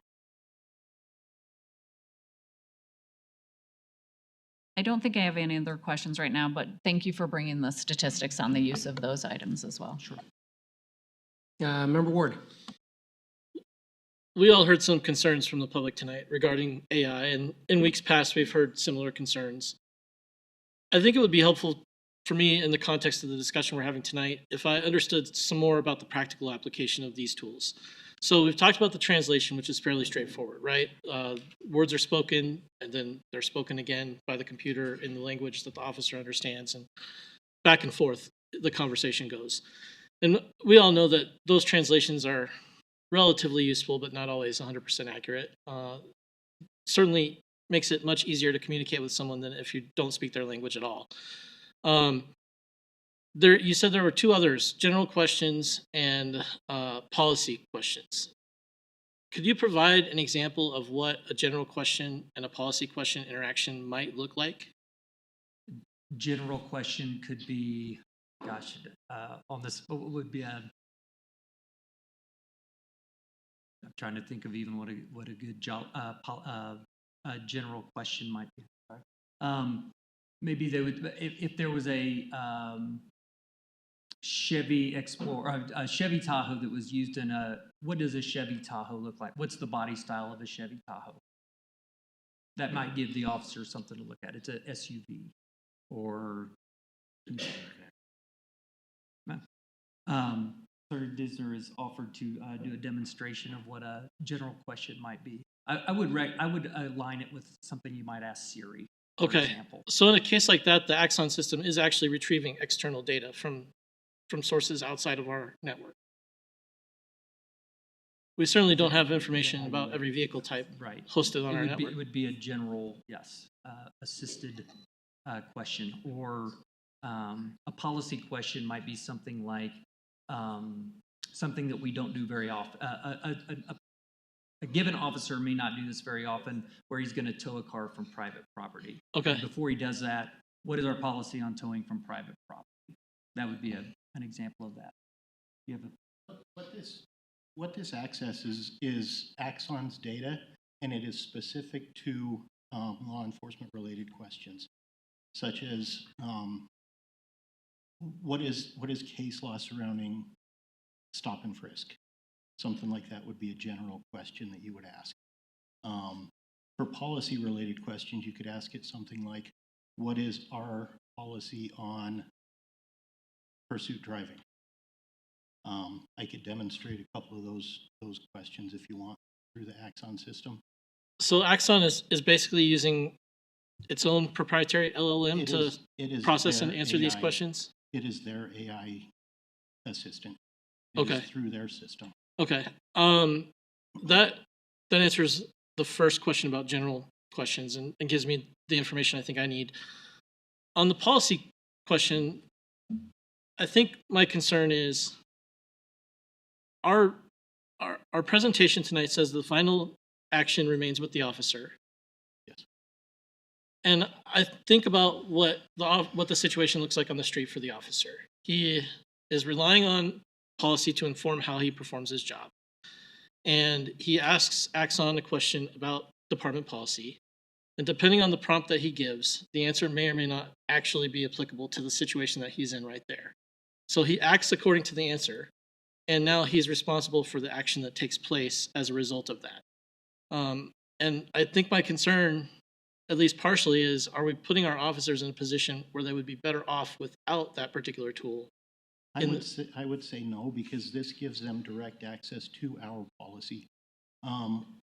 This is not City of Aurora's policy. This is the City of Englewood policy that I personally uploaded to this system. So I took it from our Lexipol database into a PDF form and put it into the system. That is all that it's asking for the policy question. So if an officer asks a policy question and he gets an answer, but perhaps that answer, for either because he asked the wrong question, doesn't apply or is wrong in that particular situation, like, again, a police pursuit question, right? Can I chase this car or something, silly like that? The officer still has a responsibility to do their job as they know how to do it. You can either look through policy until you find the answer, or you can have an answer immediately. Okay. I guess how you phrase your question is probably going to give you a different answer. Right. But it's going to give the answer that is in compliance with our policy. Okay. As I sit and think about it, I foresee some potentially sticky situations where an officer is being accused of acting outside of policy, and we look at the body cam records and we see that he consulted with the policy before he took his action. So I think it's just as an important reminder, the officers have to sign off on all of these policies anyway. So what this would do is in a given situation, I haven't done this in a while, what's the policy? Oh yeah, that's right. Okay. That's what we're looking for in something like that. Also, it doesn't take away anything from the supervisor that's working. They still have the access to the supervisor. This is just another tool. I would put it in the broad category of risk management, where we're trying to give them the tool. If you're working a car crash and you're out on the scene, you don't have access to your computer. What's our towing policy on this particular car? And you go, oh yeah, that's right. Okay. That's what we're looking for. They're already signing off on these policies. They're already tested on these policies. They're going to be held accountable for the policy. This gives them an opportunity as a reminder at 2 o'clock in the morning of what that is. And they still have a sergeant or a supervisor there that's available. Great. That's helpful for context for me. Thank you. Member Summerson, were you reaching or no? Oh, I thought I saw you turn on your light. Sorry about that. All right. Any further questions for members of council? All right. Seeing none, can I get a motion to approve 11C2? Move to approve 11C2. Thank you, Member Praying. Can I get a second? Second. Thank you, Mayor Pro Tem. Any further comments? Member Summerson. Yes, I'll be voting no on this evening. As I've said before, when this has come up, I firmly believe that the City of Englewood needs an AI policy for all city functions and each department, which includes EPD. Then all of these departments need proper training on how to use generative AI, including the asking of questions, review of content generated, etc. It's far too easy within a closed ecosystem for generative AI to show bias in reporting, policy interpretation, or response to general questions. And I believe we should also consider putting a hold on the use of draft 1 report writing until these policies are in place. Thank you, Member Summerson. Member Prang?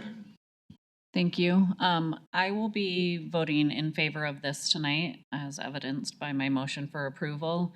I do appreciate the statistics that were offered tonight on how often the translation services have been used.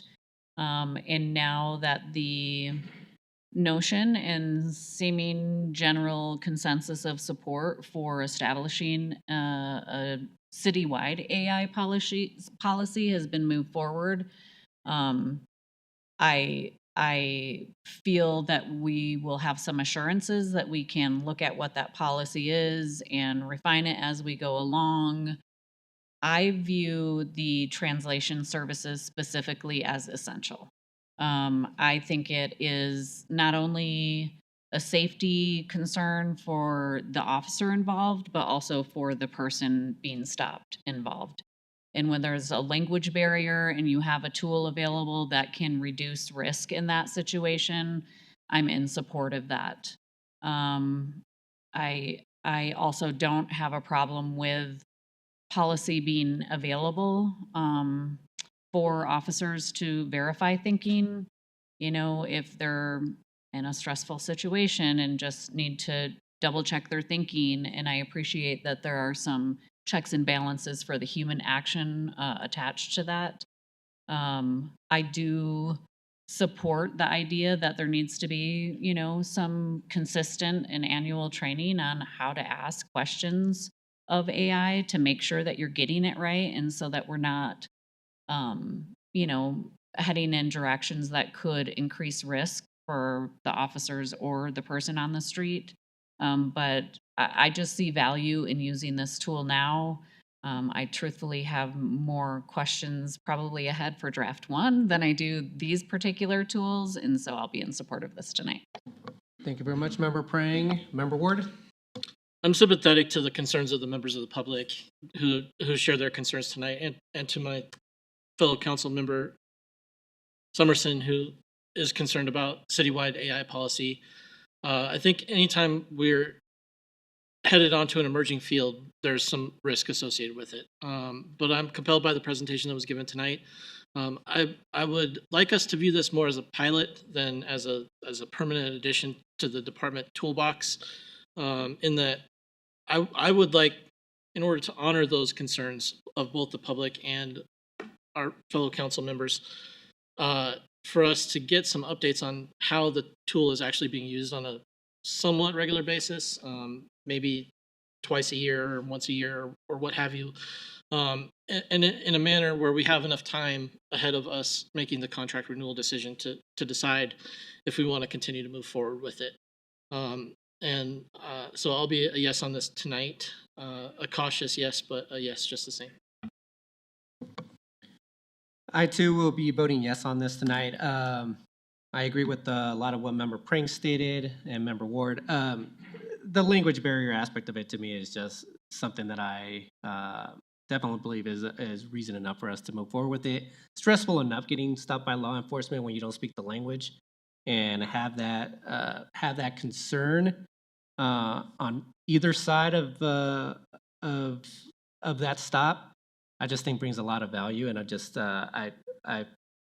I agree with Member Ward that potentially that we should still be looking at this as a pilot, but just know that that can bring at least a little bit of comfort for those that just have a language barrier when they're getting stopped by the police. So I'll be voting in favor of this. And as Member Summerson stated, is like I still believe, and I think Member Prang mentioned as well, we do need to have an AI strategy citywide so that city staff knows exactly where and where they can't be utilizing AI. So I'll be voting yes for this. Member Russell.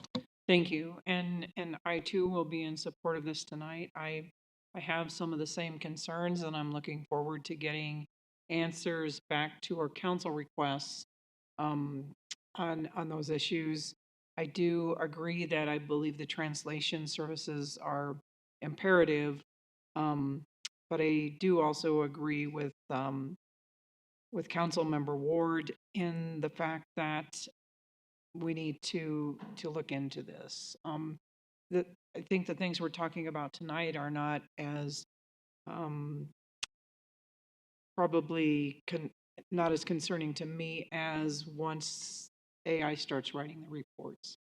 And so I agree with that, and I appreciate all you do. And ever since I've been on council, we generally have given the police department all the tools you need to do your job. And so I just thank you for that. And so I will be in support of this tonight.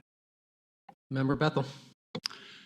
I want to issue or say that I'll be in support of this as well. I would like to join Member Ward in recommending that this be a pilot program, specifically because AI is fallible. And in my working with AI, it is frequently fallible. So I would love to have feedback on how this program goes and remind our officers to double check the feedback that they're getting, and also to note when it is fallible and if it does come back incorrect.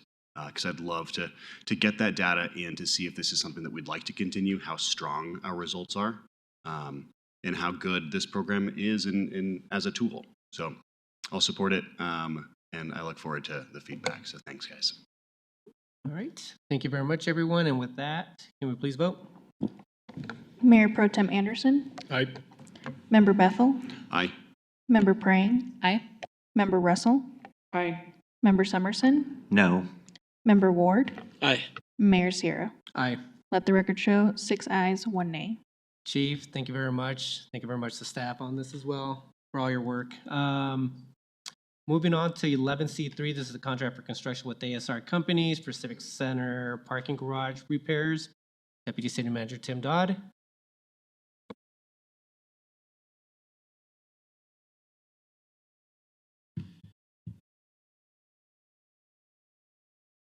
Yes, thank you, Mayor. And so tonight I do have Trudy Peepgrass, our procurement manager, and Victor Rochelle, Public Works Director, to help answer questions. Also online from the East Coast, I want to thank Elizabeth Watts, our procurement specialist, who did quite a bit of work to get us where we are today. So today's request is for what we're calling phase 1 of the repairs. So in your packet, you saw a comprehensive report that was done by Martin & Martin Engineering, I believe in 2025. And essentially, what the report found is that the garage was in fair condition with some poor spots.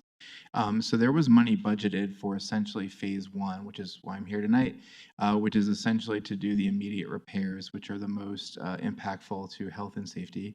I will at the very end kind of be showing a few options for council consideration. Just to note, obviously, as part of the CIP request for next year, you do have 1.5 million, I believe, or so. That's what we're considering as phase 2. And so we did break it out based on how it's been budgeted. And so you see on the screen here tonight the request that we have. And so I have a few slides to go through. This background just kind of shows some of the work the staff has done, but also some issues that have occurred. There was an incident with a vehicle a couple years ago. Some work has been done, including a pick and clean that started last year. This year, as obviously as you walk through the garage, you'll see some shoring equipment. That work has started as well. And then again tonight we have some ideas for consideration. These are some photos that were also from the Martin & Martin report that show some of the wear. Much of this does relate to environmental. Part of it is the age of the building. I believe it was built in 1999, so about 27 or so years old. So part of it is that. Part of it is the wear and tear, incidents that have occurred, and part of it is the impact of weather. And so these are just a few photos that show some of the areas that need assistance. A lot of them are concrete, as you see. Some involve epoxy and things like that, and joints and cracks. Phase 2, if we do get to that point, which again is part of the consideration for the CIP for next year, that would focus on the remaining, what are called remaining high level and medium repairs. Would also include some of the things you see here, such as restriping, repairs as well. Just to point out, the garage itself is quite large. Both floors, about, I think, 226,000 square feet, with, I think, 5 stairwells and 3 entrance points. This slide kind of summarizes the condition assessment that was done by Martin & Martin, which has estimated costs. Victor Rochelle can provide additional information on some of these estimates. But one to point out here is that many of them are estimates. Obviously, there's possibilities in terms of the redevelopment of the space. There's also opportunities to explore in terms of parking and things like that. But based on the assessment that we have, these are the estimated costs. It is what we're considering to be an optimal source justification.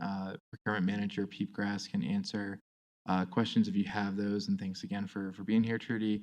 But essentially an optimal source is something we try not to do too often in the city. But it's essentially one where the good or service is awarded to only one company, essentially.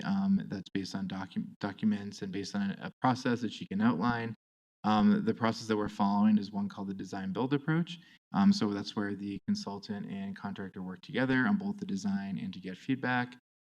They do have significant past experience in garage work. I do want to say that Ms. Watts in procurement and Ms. Peepgrass spent quite a bit of time going through with the facilities team the process, and they didn't land on this recommendation lightly. And also they recommended, it was recommended by 2 structural engineering companies. and ASR is the one that we're here to discuss tonight. So as I mentioned, there's several different options council can consider. One, of course, is just to take no action at this time. One is to focus on phase 1 repairs, which is what's in front of you, and then to consider phase 2 later. This phase 1, again, is previously budgeted, which is why we're here. We do consider this to be a short-term solution. It's not a long-term fix by any stretch. The third option there is both phases, phase 1 and phase 2. We don't know exactly how long it would extend the life of the garage, but by doing both phases, it would extend the life of the garage. And then another option that I think a few council members have brought up at different points is a tear down of the garage.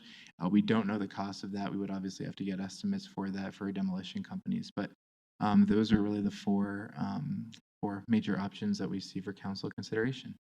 And then again, here's the ask before you tonight.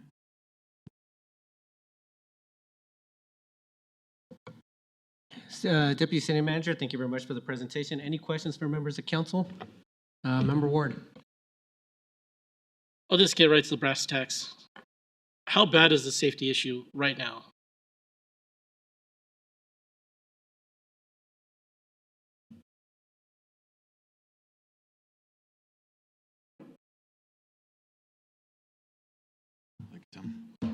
Thank you, Councilmember Ward, for the question. Victor Rochelle, Director of Public Works.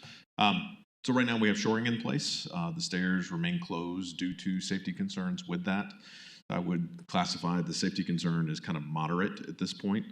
We did do a pick and clean the last couple of months ago, which is where a contractor comes in and knocks down any loose concrete to make sure we don't have anything falling on cars or individuals or anything like that. So I believe it was in a previous slide. In the no action category, it's recommended, I believe, that the garage look to be closed at the end of the year if we don't do anything due to deteriorating conditions. So we're okay now, but we either need to take action, and if we don't take action, we just need to be aware that the other option puts it later in the year, early next year, in the unsafe category where we would need to close the garage. And if we approve phase 1 tonight, does that buy us a year, 2 years, or is it useless without phase 2? Good question. We would need the consultant to give us an exact time frame, but it's my belief it'll give us a year or two, which will also, one of the reasons why we talked about phasing it this way is because the impact and what's happening with City Center, specifically this building and the garage, is unknown. So this was seen as a way to kind of maintain that investment, but not go all in and then have something happen where it also we have to pivot and go a different direction with the building and the structure. And for the city administration, has there been any movement on discussions with RTD at all? I'll have to defer to the team on that one. Sorry.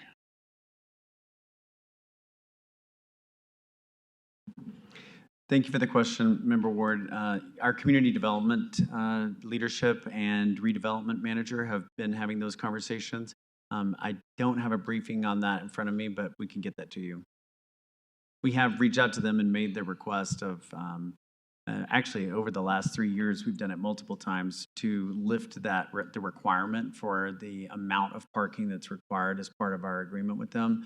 And then the city attorney's office analyzed, what it would take to get out of that agreement, I believe.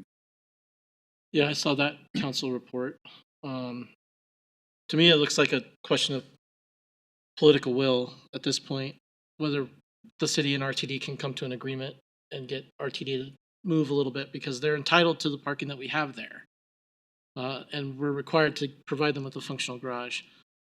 I guess my last question would be, if we delayed this decision for a month or two to see if there was any movement with RTD, would we still be able to get the job complete before we had to close the garage? It's a great question. I don't think there's a solid answer one way or another. It's a little bit weather dependent as well. If we have extremely high temperatures, you have expansion in concrete. Same on the opposite side of that, if we flip to super cold weather and the improvements aren't done, then you get contraction in concrete, and it could continue to be an option. So I would say time is of the essence. I don't know that a month or two is going to make a big difference, but we need to probably make a decision sooner rather than later. Great, thank you. If I could just add to that, is Elizabeth on the call? It's fine if she's not, but believe the so. way she described this to me is that we are at the end of the timeline for getting this done before snow plowing, salt, other chemicals are put on the top of the garage in order to get it done before that timeline. So I do believe that, as Victor said, time is of the essence. Member Russell. And also, there's a cost, right, for the shoring. I mean, we're renting that, and that will continue to go on. Once we fix this, then that stops. Is that correct? That's correct. One of the proposals is to replace the concrete stairs with metal stairs, and then the shoring can be removed, in addition to the other repairs outside of the stairs themselves, such as around the entrance to the lower level of the library. Okay, and so will that $755,000 cost cover the cost of the metal stairs also? I'll need to review and confirm, but it should cover all of the repairs that allow us to remove the shoring. Okay, thank you. Director Rochelle, how exactly would tearing down the garage work in terms of us still having this facility in place? I'm just thinking in terms of elevators, the lack of elevators, the lack of way to get to the second and the third floor. I'm just trying to figure this whole thing out. Yeah, great question, Mayor. Thank you. We've not fully developed a plan. In the slide deck you saw, there was not a cost associated yet with that. I would imagine we would still need to maintain access to the back of Chuck E. Cheese and the shops up there in the entrance. So we would need a ramp down. It would require some guardrail, some potential sloping. And if we were going to use it as a ground level parking, there would have to be some other improvements done to kind of shore things up, literally, and make it safe for access. We would have to involve the fire marshal as well as the building department, making sure we met all those codes. Thank you, Director. Member Prang. Thank you. So the ask tonight would provide enough fix to remove all of the shoring that is currently in place? That's my understanding, yeah. And prevent any further shoring? But there would be the phase two, and so the idea would be to stabilize the current condition of the garage to get us through till next year and maybe a little bit beyond, so we could evaluate if it was appropriate to move into phase two, or if something else happens with the city center development, use that to inform that decision. And do we have, if the garage were destroyed, do we have enough parking spaces on one level plus whatever the overflow parking lot is to satisfy the requirements of RTD?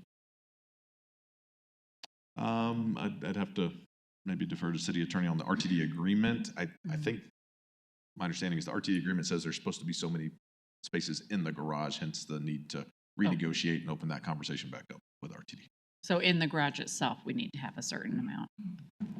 Yes, we actually have an easement on the garage property that states that a certain number of spots will be used on that property. So that's one of the things we are negotiating. So would we have enough spots with just the bottom level parking lot were the structure to be destroyed to satisfy the easement? I would say in totality, yes. We would have to reassess which ones were reserved for RTD. Right now, there is signage within the garage that certain spaces are allocated for RTD. Some of those spaces would likely go away with this scenario, and therefore parking for visitors and staff would be reduced by that proportionally if it was a bottom level surface garage only. Okay, thank you. Doesn't make the decisions any easier, but thank you for the information. And then I guess the other curiosity I have is what are any recommendations that have been made to change seasonal maintenance practices to slow the spalling referred to in the Martin report? Yeah, so the city contracts, I believe it's Keeson, and they may have recently changed names, for snow removal. This past year was very light. but they are directed to use a non-corrosive salt melt type material. And we try and monitor that and make sure they're using the right material on a regular basis and not using something that'll impact the concrete. So that's written into the contract with that vendor that does our snow removal. Okay.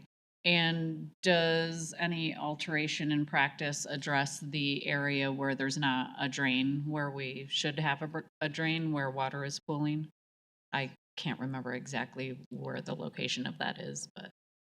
There are a couple spots within the garage that water has small pooling due to settlement or other fluctuations in the concrete. The means and methods for snow removal, and particularly with the type of material they're using, don't generally affect that except for evaporation, unless their blades can push that out. We do require rubberized blades as well when they're scraping, so as to not damage or cause any further deterioration of the concrete. Okay. Thank you. So Director Rochelle, just to be a little bit blunt here, we really only have two options here, right? Phase 1 repairs and phase 1 and 2 repairs, because it doesn't sound like we have a plan. If we were to take no action, it's unsafe if we took no action by the end of the year. And yeah, we would have the same parking issues that the tear down the garage option affords us. Am I right in understanding this, that we need to make a decision pretty quickly, which kind of tells me option 1 and option 4 are gone, or not really feasible? That's correct. I would also add that demolition is also a relatively expensive option. Yeah. We can get a number. We did have those conversations with the consultant as we were developing this kind of phase 1, phase 2 repairs. And the comment was made it would be more expensive to demo the garage than to complete phase 1 and phase 2. That was an estimation off the cuff without actually doing the numbers, but to demo, to haul off, you'd have to carry it to a landfill, you'd have to break it up into small pieces. It would be a big effort. Not to say it wouldn't be worth it, but there is a pretty significant cost to demo. And that doesn't account for if you do demo and you want to make the lower level kind of surface, you have to put other improvements in. The guardrail I mentioned, kind of up at the Chuck E. Cheese level and things like that. And the alternative to what's being described is just blocking it off and not allowing usage to basically the entirety of the garage. We'd still have the issue with RTD, but that is really the plan B. I would say that would be plan C or D. Right. And it's important to note that this phase 1 really is giving us a chance to buy a little bit of time to finish those conversations with RTD, to try and explore maybe what's happening with City Center, Civic Center in the garage as part of that, without making a decision and then doing both phase 1 and phase 2 only to have to pivot and do something else later. All right. If that Thank makes you, sense. Director. Member Russell. So if we do phase 1 repairs now, the phase 1 and phase 2, will that 2.2 million go down some? Or will it still be 2.2 million if we do phase 2 down the road? Just based on experience, I would say the longer phase 2 is delayed with the changes in costs for materials and labor, I would expect phase 2 to increase in cost. So if we did phase 1 and 2 right now, the total cost would be 2.2 million, and we would cover all the things that in phase 1 besides what we're talking about for phase 2. We would also have to appropriate additional funding to do both. There's a summary in the council communication that shows the funds that were expended in 2025 plus the allocation that's available for 2026, and there's only a small margin above the phase 1 improvements that's available to move into phase 2. So we would have to work with finance to reappropriate additional funding to cover phase 2 at this time. Okay. Thank you. Member Ward. I guess the question I have is not directly related to the garage, but we know that this condition didn't develop overnight. We've had this problem for a while, and we're in a phase in the city where we're doing massive infrastructure all across the city. But whenever I see something like this, where we have this goblin pop up that has to be dealt with right now, I wonder what else is hiding around the city and how we keep this from happening again. We're in a place right now where I feel like I have a list of bad decisions in front of me and I have to choose which one I dislike the least. Yeah, and if I could start an answer to that, Member Ward, and I think this is, a multi-year conversation, but I think it comes down to asset management. It comes down to tracking assets. One of the things we're just starting, for example, in facilities is basically tracking the repairs. We didn't have a tracking system until a few months ago. In terms of we're tracking repairs, we're tracking end of life. I think we're doing it obviously in parks, we're doing it in SPR and utilities, we're doing it in public works now. So it's not a great answer and it's not a quick answer, but I think that's where it starts is tracking when we're doing repairs, when we have these contracts for service, when we have issues pop up, that we're starting to learn more about our assets, that we're starting to really understand what end of life actually is. I can't promise, of course, that something like this isn't going to pop up tomorrow. I think there's a possibility it could, in the next year or two. But I think the long game is asset management to try to mitigate some of that. Okay, thank you. All right. With no further questions, I'll just state, I'll make a motion to move forward with phase 1 repairs, focus on just the high priorities only. I'll make a statement on why here. Well, actually, I'll make the statement. I just think this, to me, just as Member Ward stated, it's like we don't have any good options here. Phase 1 at least buys us a little time. We have it budgeted. We're able to at least keep the garage open based on the recommendations of the contractor. To me, that makes the most sense at this point. Having a larger conversation about including phase 2 is something that we should be discussing here over the next couple months, but for me, phase 1 repairs should be our priority. So made the motion for phase 1 repairs focus. Got to get a second. I'll second. Thank you, Member Bethel. Any further comments? Member Bethel. Yeah, I'll justify my second. I think one of the many things that I've learned on council in my tenure thus far is that the city tends to move fairly slowly on things. If it's our roundabouts project, our traffic safety improvements, or the city center, things are just moving slower than we often anticipate. And I think that moving forward with phase 1 of repairs to the parking structure would be the most prudent choice of making sure that we have the parking structure open as much as possible while we continue to make decisions on what the city center will look like. If we choose to negotiate with RTD for less parking spaces, or whatever the future may hold for our city. I think that this is the first step in that direction, and it buys us time to continue having those discussions. Thank you, Member Bethel. Any further comments from council? Member Ward. I'll just take a minute to expand a little bit on my feelings about the series of bad choices or bad options that I have in front of me. I don't want to spend $2.5 million on a parking garage that we may abandon in the next 5 years. I really don't. That does not seem like good stewardship. I don't want to spend $750,000 on a parking garage that we may abandon in the next 5 years, but I also don't want to see us in the news because yet another parking structure collapsed in the Denver metro area and it just happened to be ours. So I will be approving phase 1 tonight. I have a fair amount of heartburn about phase 2. I would like to see us aggressively discuss this matter with RTD. If someone needs to appear in front of the RTD board, I would volunteer myself to do that because I don't think that the two bodies are talking to each other in a way that's constructive that really illustrates that we have mutual needs. We have an entire parking lot just north of the city center that sits empty on a nearly daily basis. Maybe 10% of the parking spots taken at the most. And yet we have this massive parking obligation here that is hanging around our neck like an albatross as if the city is still operating in 2000. This situation is really frustrating to me. The current condition of the garage notwithstanding, it feels like something we should not have to do. And that bothers me a lot. Nevertheless, it would be woefully irresponsible for us to allow the parking garage to sit the way it is now. And so getting this done, I think, is money that I don't want to spend, but similar to having a person come to my house and repair my water heater last week. It's money that I have to spend.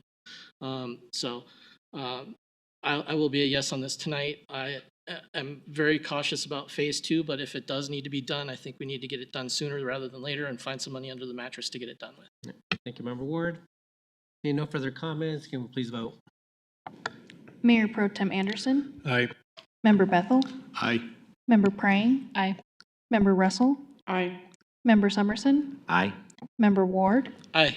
and Mayor Sierra. Aye. Let the record show 7 ayes. Thank you very much, Director and Deputy City Manager. Moving on to 11C4, authorizing the city to defend and indemnify claims against Englewood police officers, City Attorney Tamara Niles.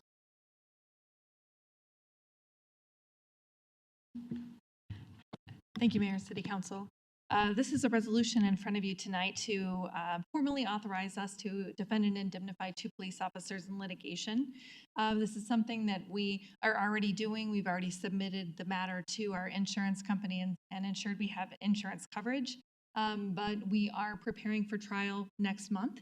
So when we go to trial, we need this formal authorization in the form of a resolution that does specifically authorize us to stay the course and continue to defend and indemnify. Thank you, City Attorney Niles. Any questions from members of council? Member Russell. Thank you. Does this just involve the current officers, or is this a blanket statement that we will indemnify our police officers? This is 2 specific police officers in 1 specific case.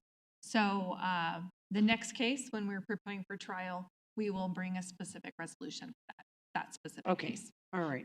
But just as a matter of policy, of course, City Council and City staff, we support our officers. And so this is kind of a formal statement of that effect. Okay. Thank you. I appreciate that. All right. Any further questions from council? Seeing none, can I get a motion to approve 11C4? I move to approve 11C4. Thank you, Member Russell. Could I get a second? Second. Thank you, Member Prang. Any further comments? Can we please vote? Mayor Pro Tem Anderson, Aye. Member Bethel, Aye. Member Prang, Aye. Member Russell, Aye. Member Summerson, Aye. Member Ward, Aye. and Mayor Sierra. Aye. Let the record show 7 ayes. Thank you very much. Thank you very much, City Attorney Niles. All right, everyone, we do have urgency on the executive session tonight. So tonight I move to go into executive session. Executive session is for attorney-client privilege to discuss pending litigation and to direct negotiators in Cordova versus City under CRS Section 246402 4B. Present at the executive session are the following persons: Mayor Nathaniel Sierra, Mayor Pro Tem Joe Anderson, council members Jack Bethel, Tina Prang, Rita Russell, Rick Summerson, Stephen Ward, City Manager Sean Lewis, City Attorney Tamara Niles, outside counsel Nick Pop. May I have a second? Second. All right, can we please vote? Mayor Pro Tem Anderson, Aye. Member Bethel, Aye. Member Prang, Aye. Member Russell, Aye. Member Summerson, Aye.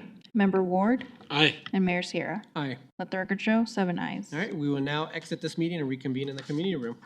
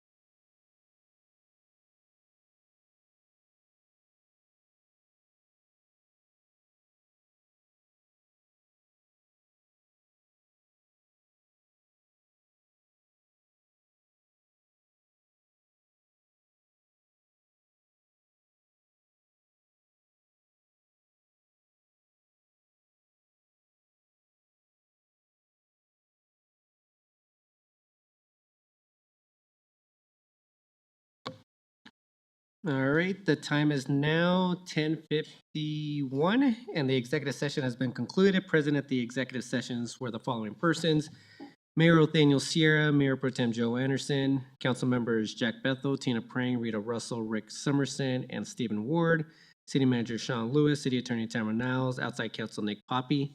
I move to close this executive session. May I have a second? Second. Thank you very much, Mayor Pro Tem. Can we please vote? Mayor Pro Tem Anderson. Aye. Member Bethel. Aye. Member Prang. Aye. Member Russell.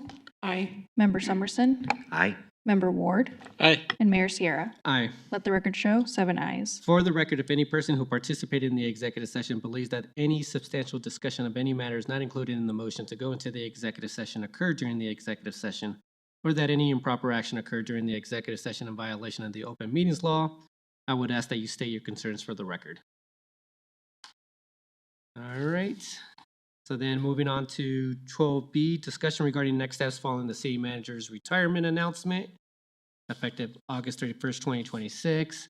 Sean, are you picking this one up, or is this our deputy city manager?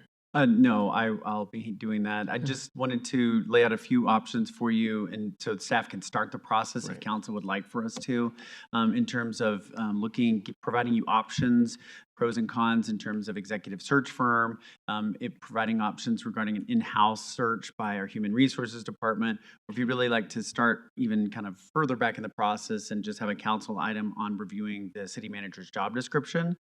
We could probably do the job description review and also start researching options on either an in-house search versus an executive search firm, whichever you prefer. Those are just some things that I had thought through and just wanted to make sure that it was on your radar to provide direction so that we can start preparing information for you if you would like. Thank you very much, Sean. Go ahead, Member Russell. Thank you. And Mayor and Council, I would like to call for an executive session regarding a personnel matter before we move forward with this discussion. I think this is something that City Council needs to talk about together. So I will make a motion to go into executive session regarding a personnel matter.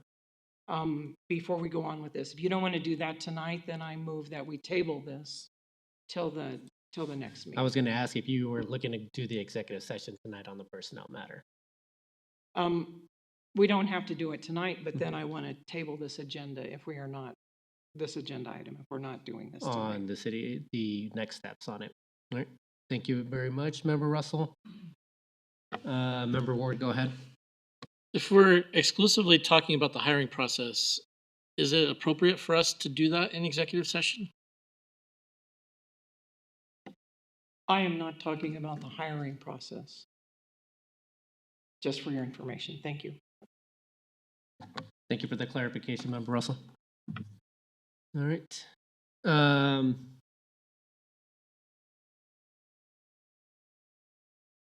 I think based on your wording, Member Russell, I don't think I need to ask any further clarification on what the intent is here. Anything from members of council? Anyone else? I think due to the lateness of the hour and based on the contents of the executive session, I'm thinking that waiting until maybe next week I think would probably make the most sense for that. Any members of council disagree or any further clarification from members of council?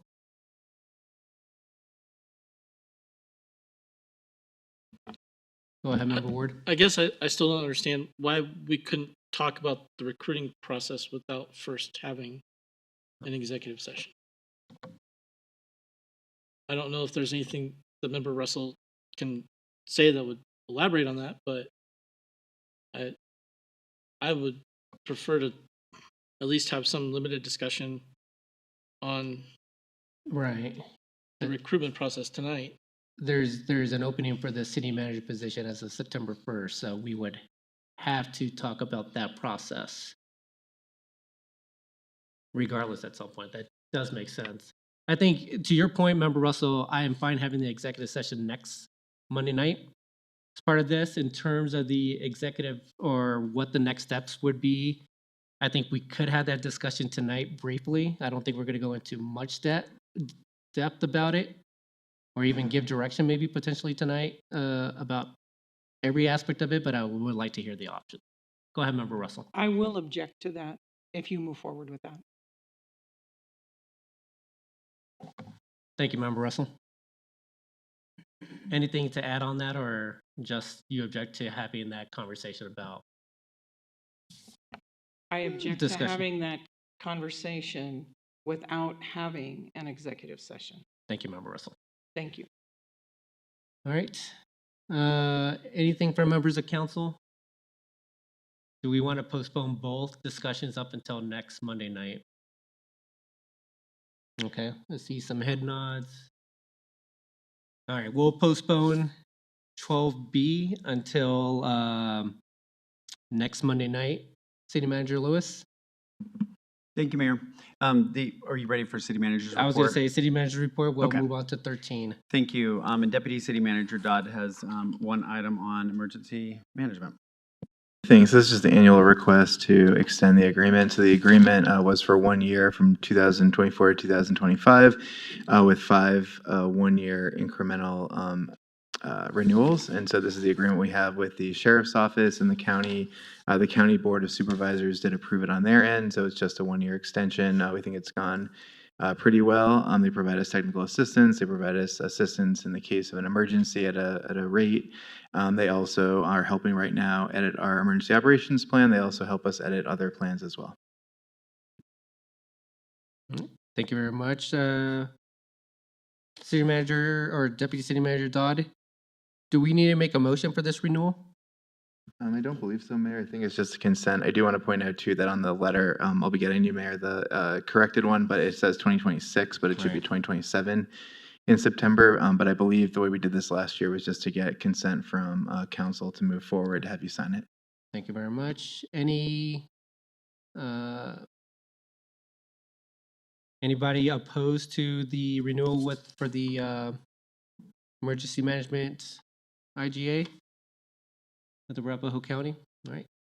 I see no disagreement there. Thank you very much, Tim. Anything else with the city manager's report? Nothing further. All right. City Attorney? Yes, Mayor. I have a rare city attorney's report tonight. Under our council policies, if you are to consider changes to the council policies, it is preferred that I give you proposed revisions in writing ahead of time. So this item on your agenda is some written proposed changes in red line for you to look at, and then we will formally discuss it at the next meeting. Thank you very much. City Attorney Niles, I didn't see any issues with the 4 or so that were on the packet. Anything for members of council? Don't see any disagreement either. All right. So this will be on the next council agenda for motion consideration, and I'll present the changes publicly and give you an opportunity to discuss and debate at that time. Sounds great, City Attorney Niles. I appreciate that. All right, and one last note, everyone. Next week, we do have a study session, but we're starting at 5:45 because we do have a youth applicant that is going to be interviewing for 10 minutes, so we'll be starting at 5:45. Sorry for the delay in providing that announcement. Hopefully, you're able to make it. And with that, everyone, we are now adjourned. We'll see you all next Monday night.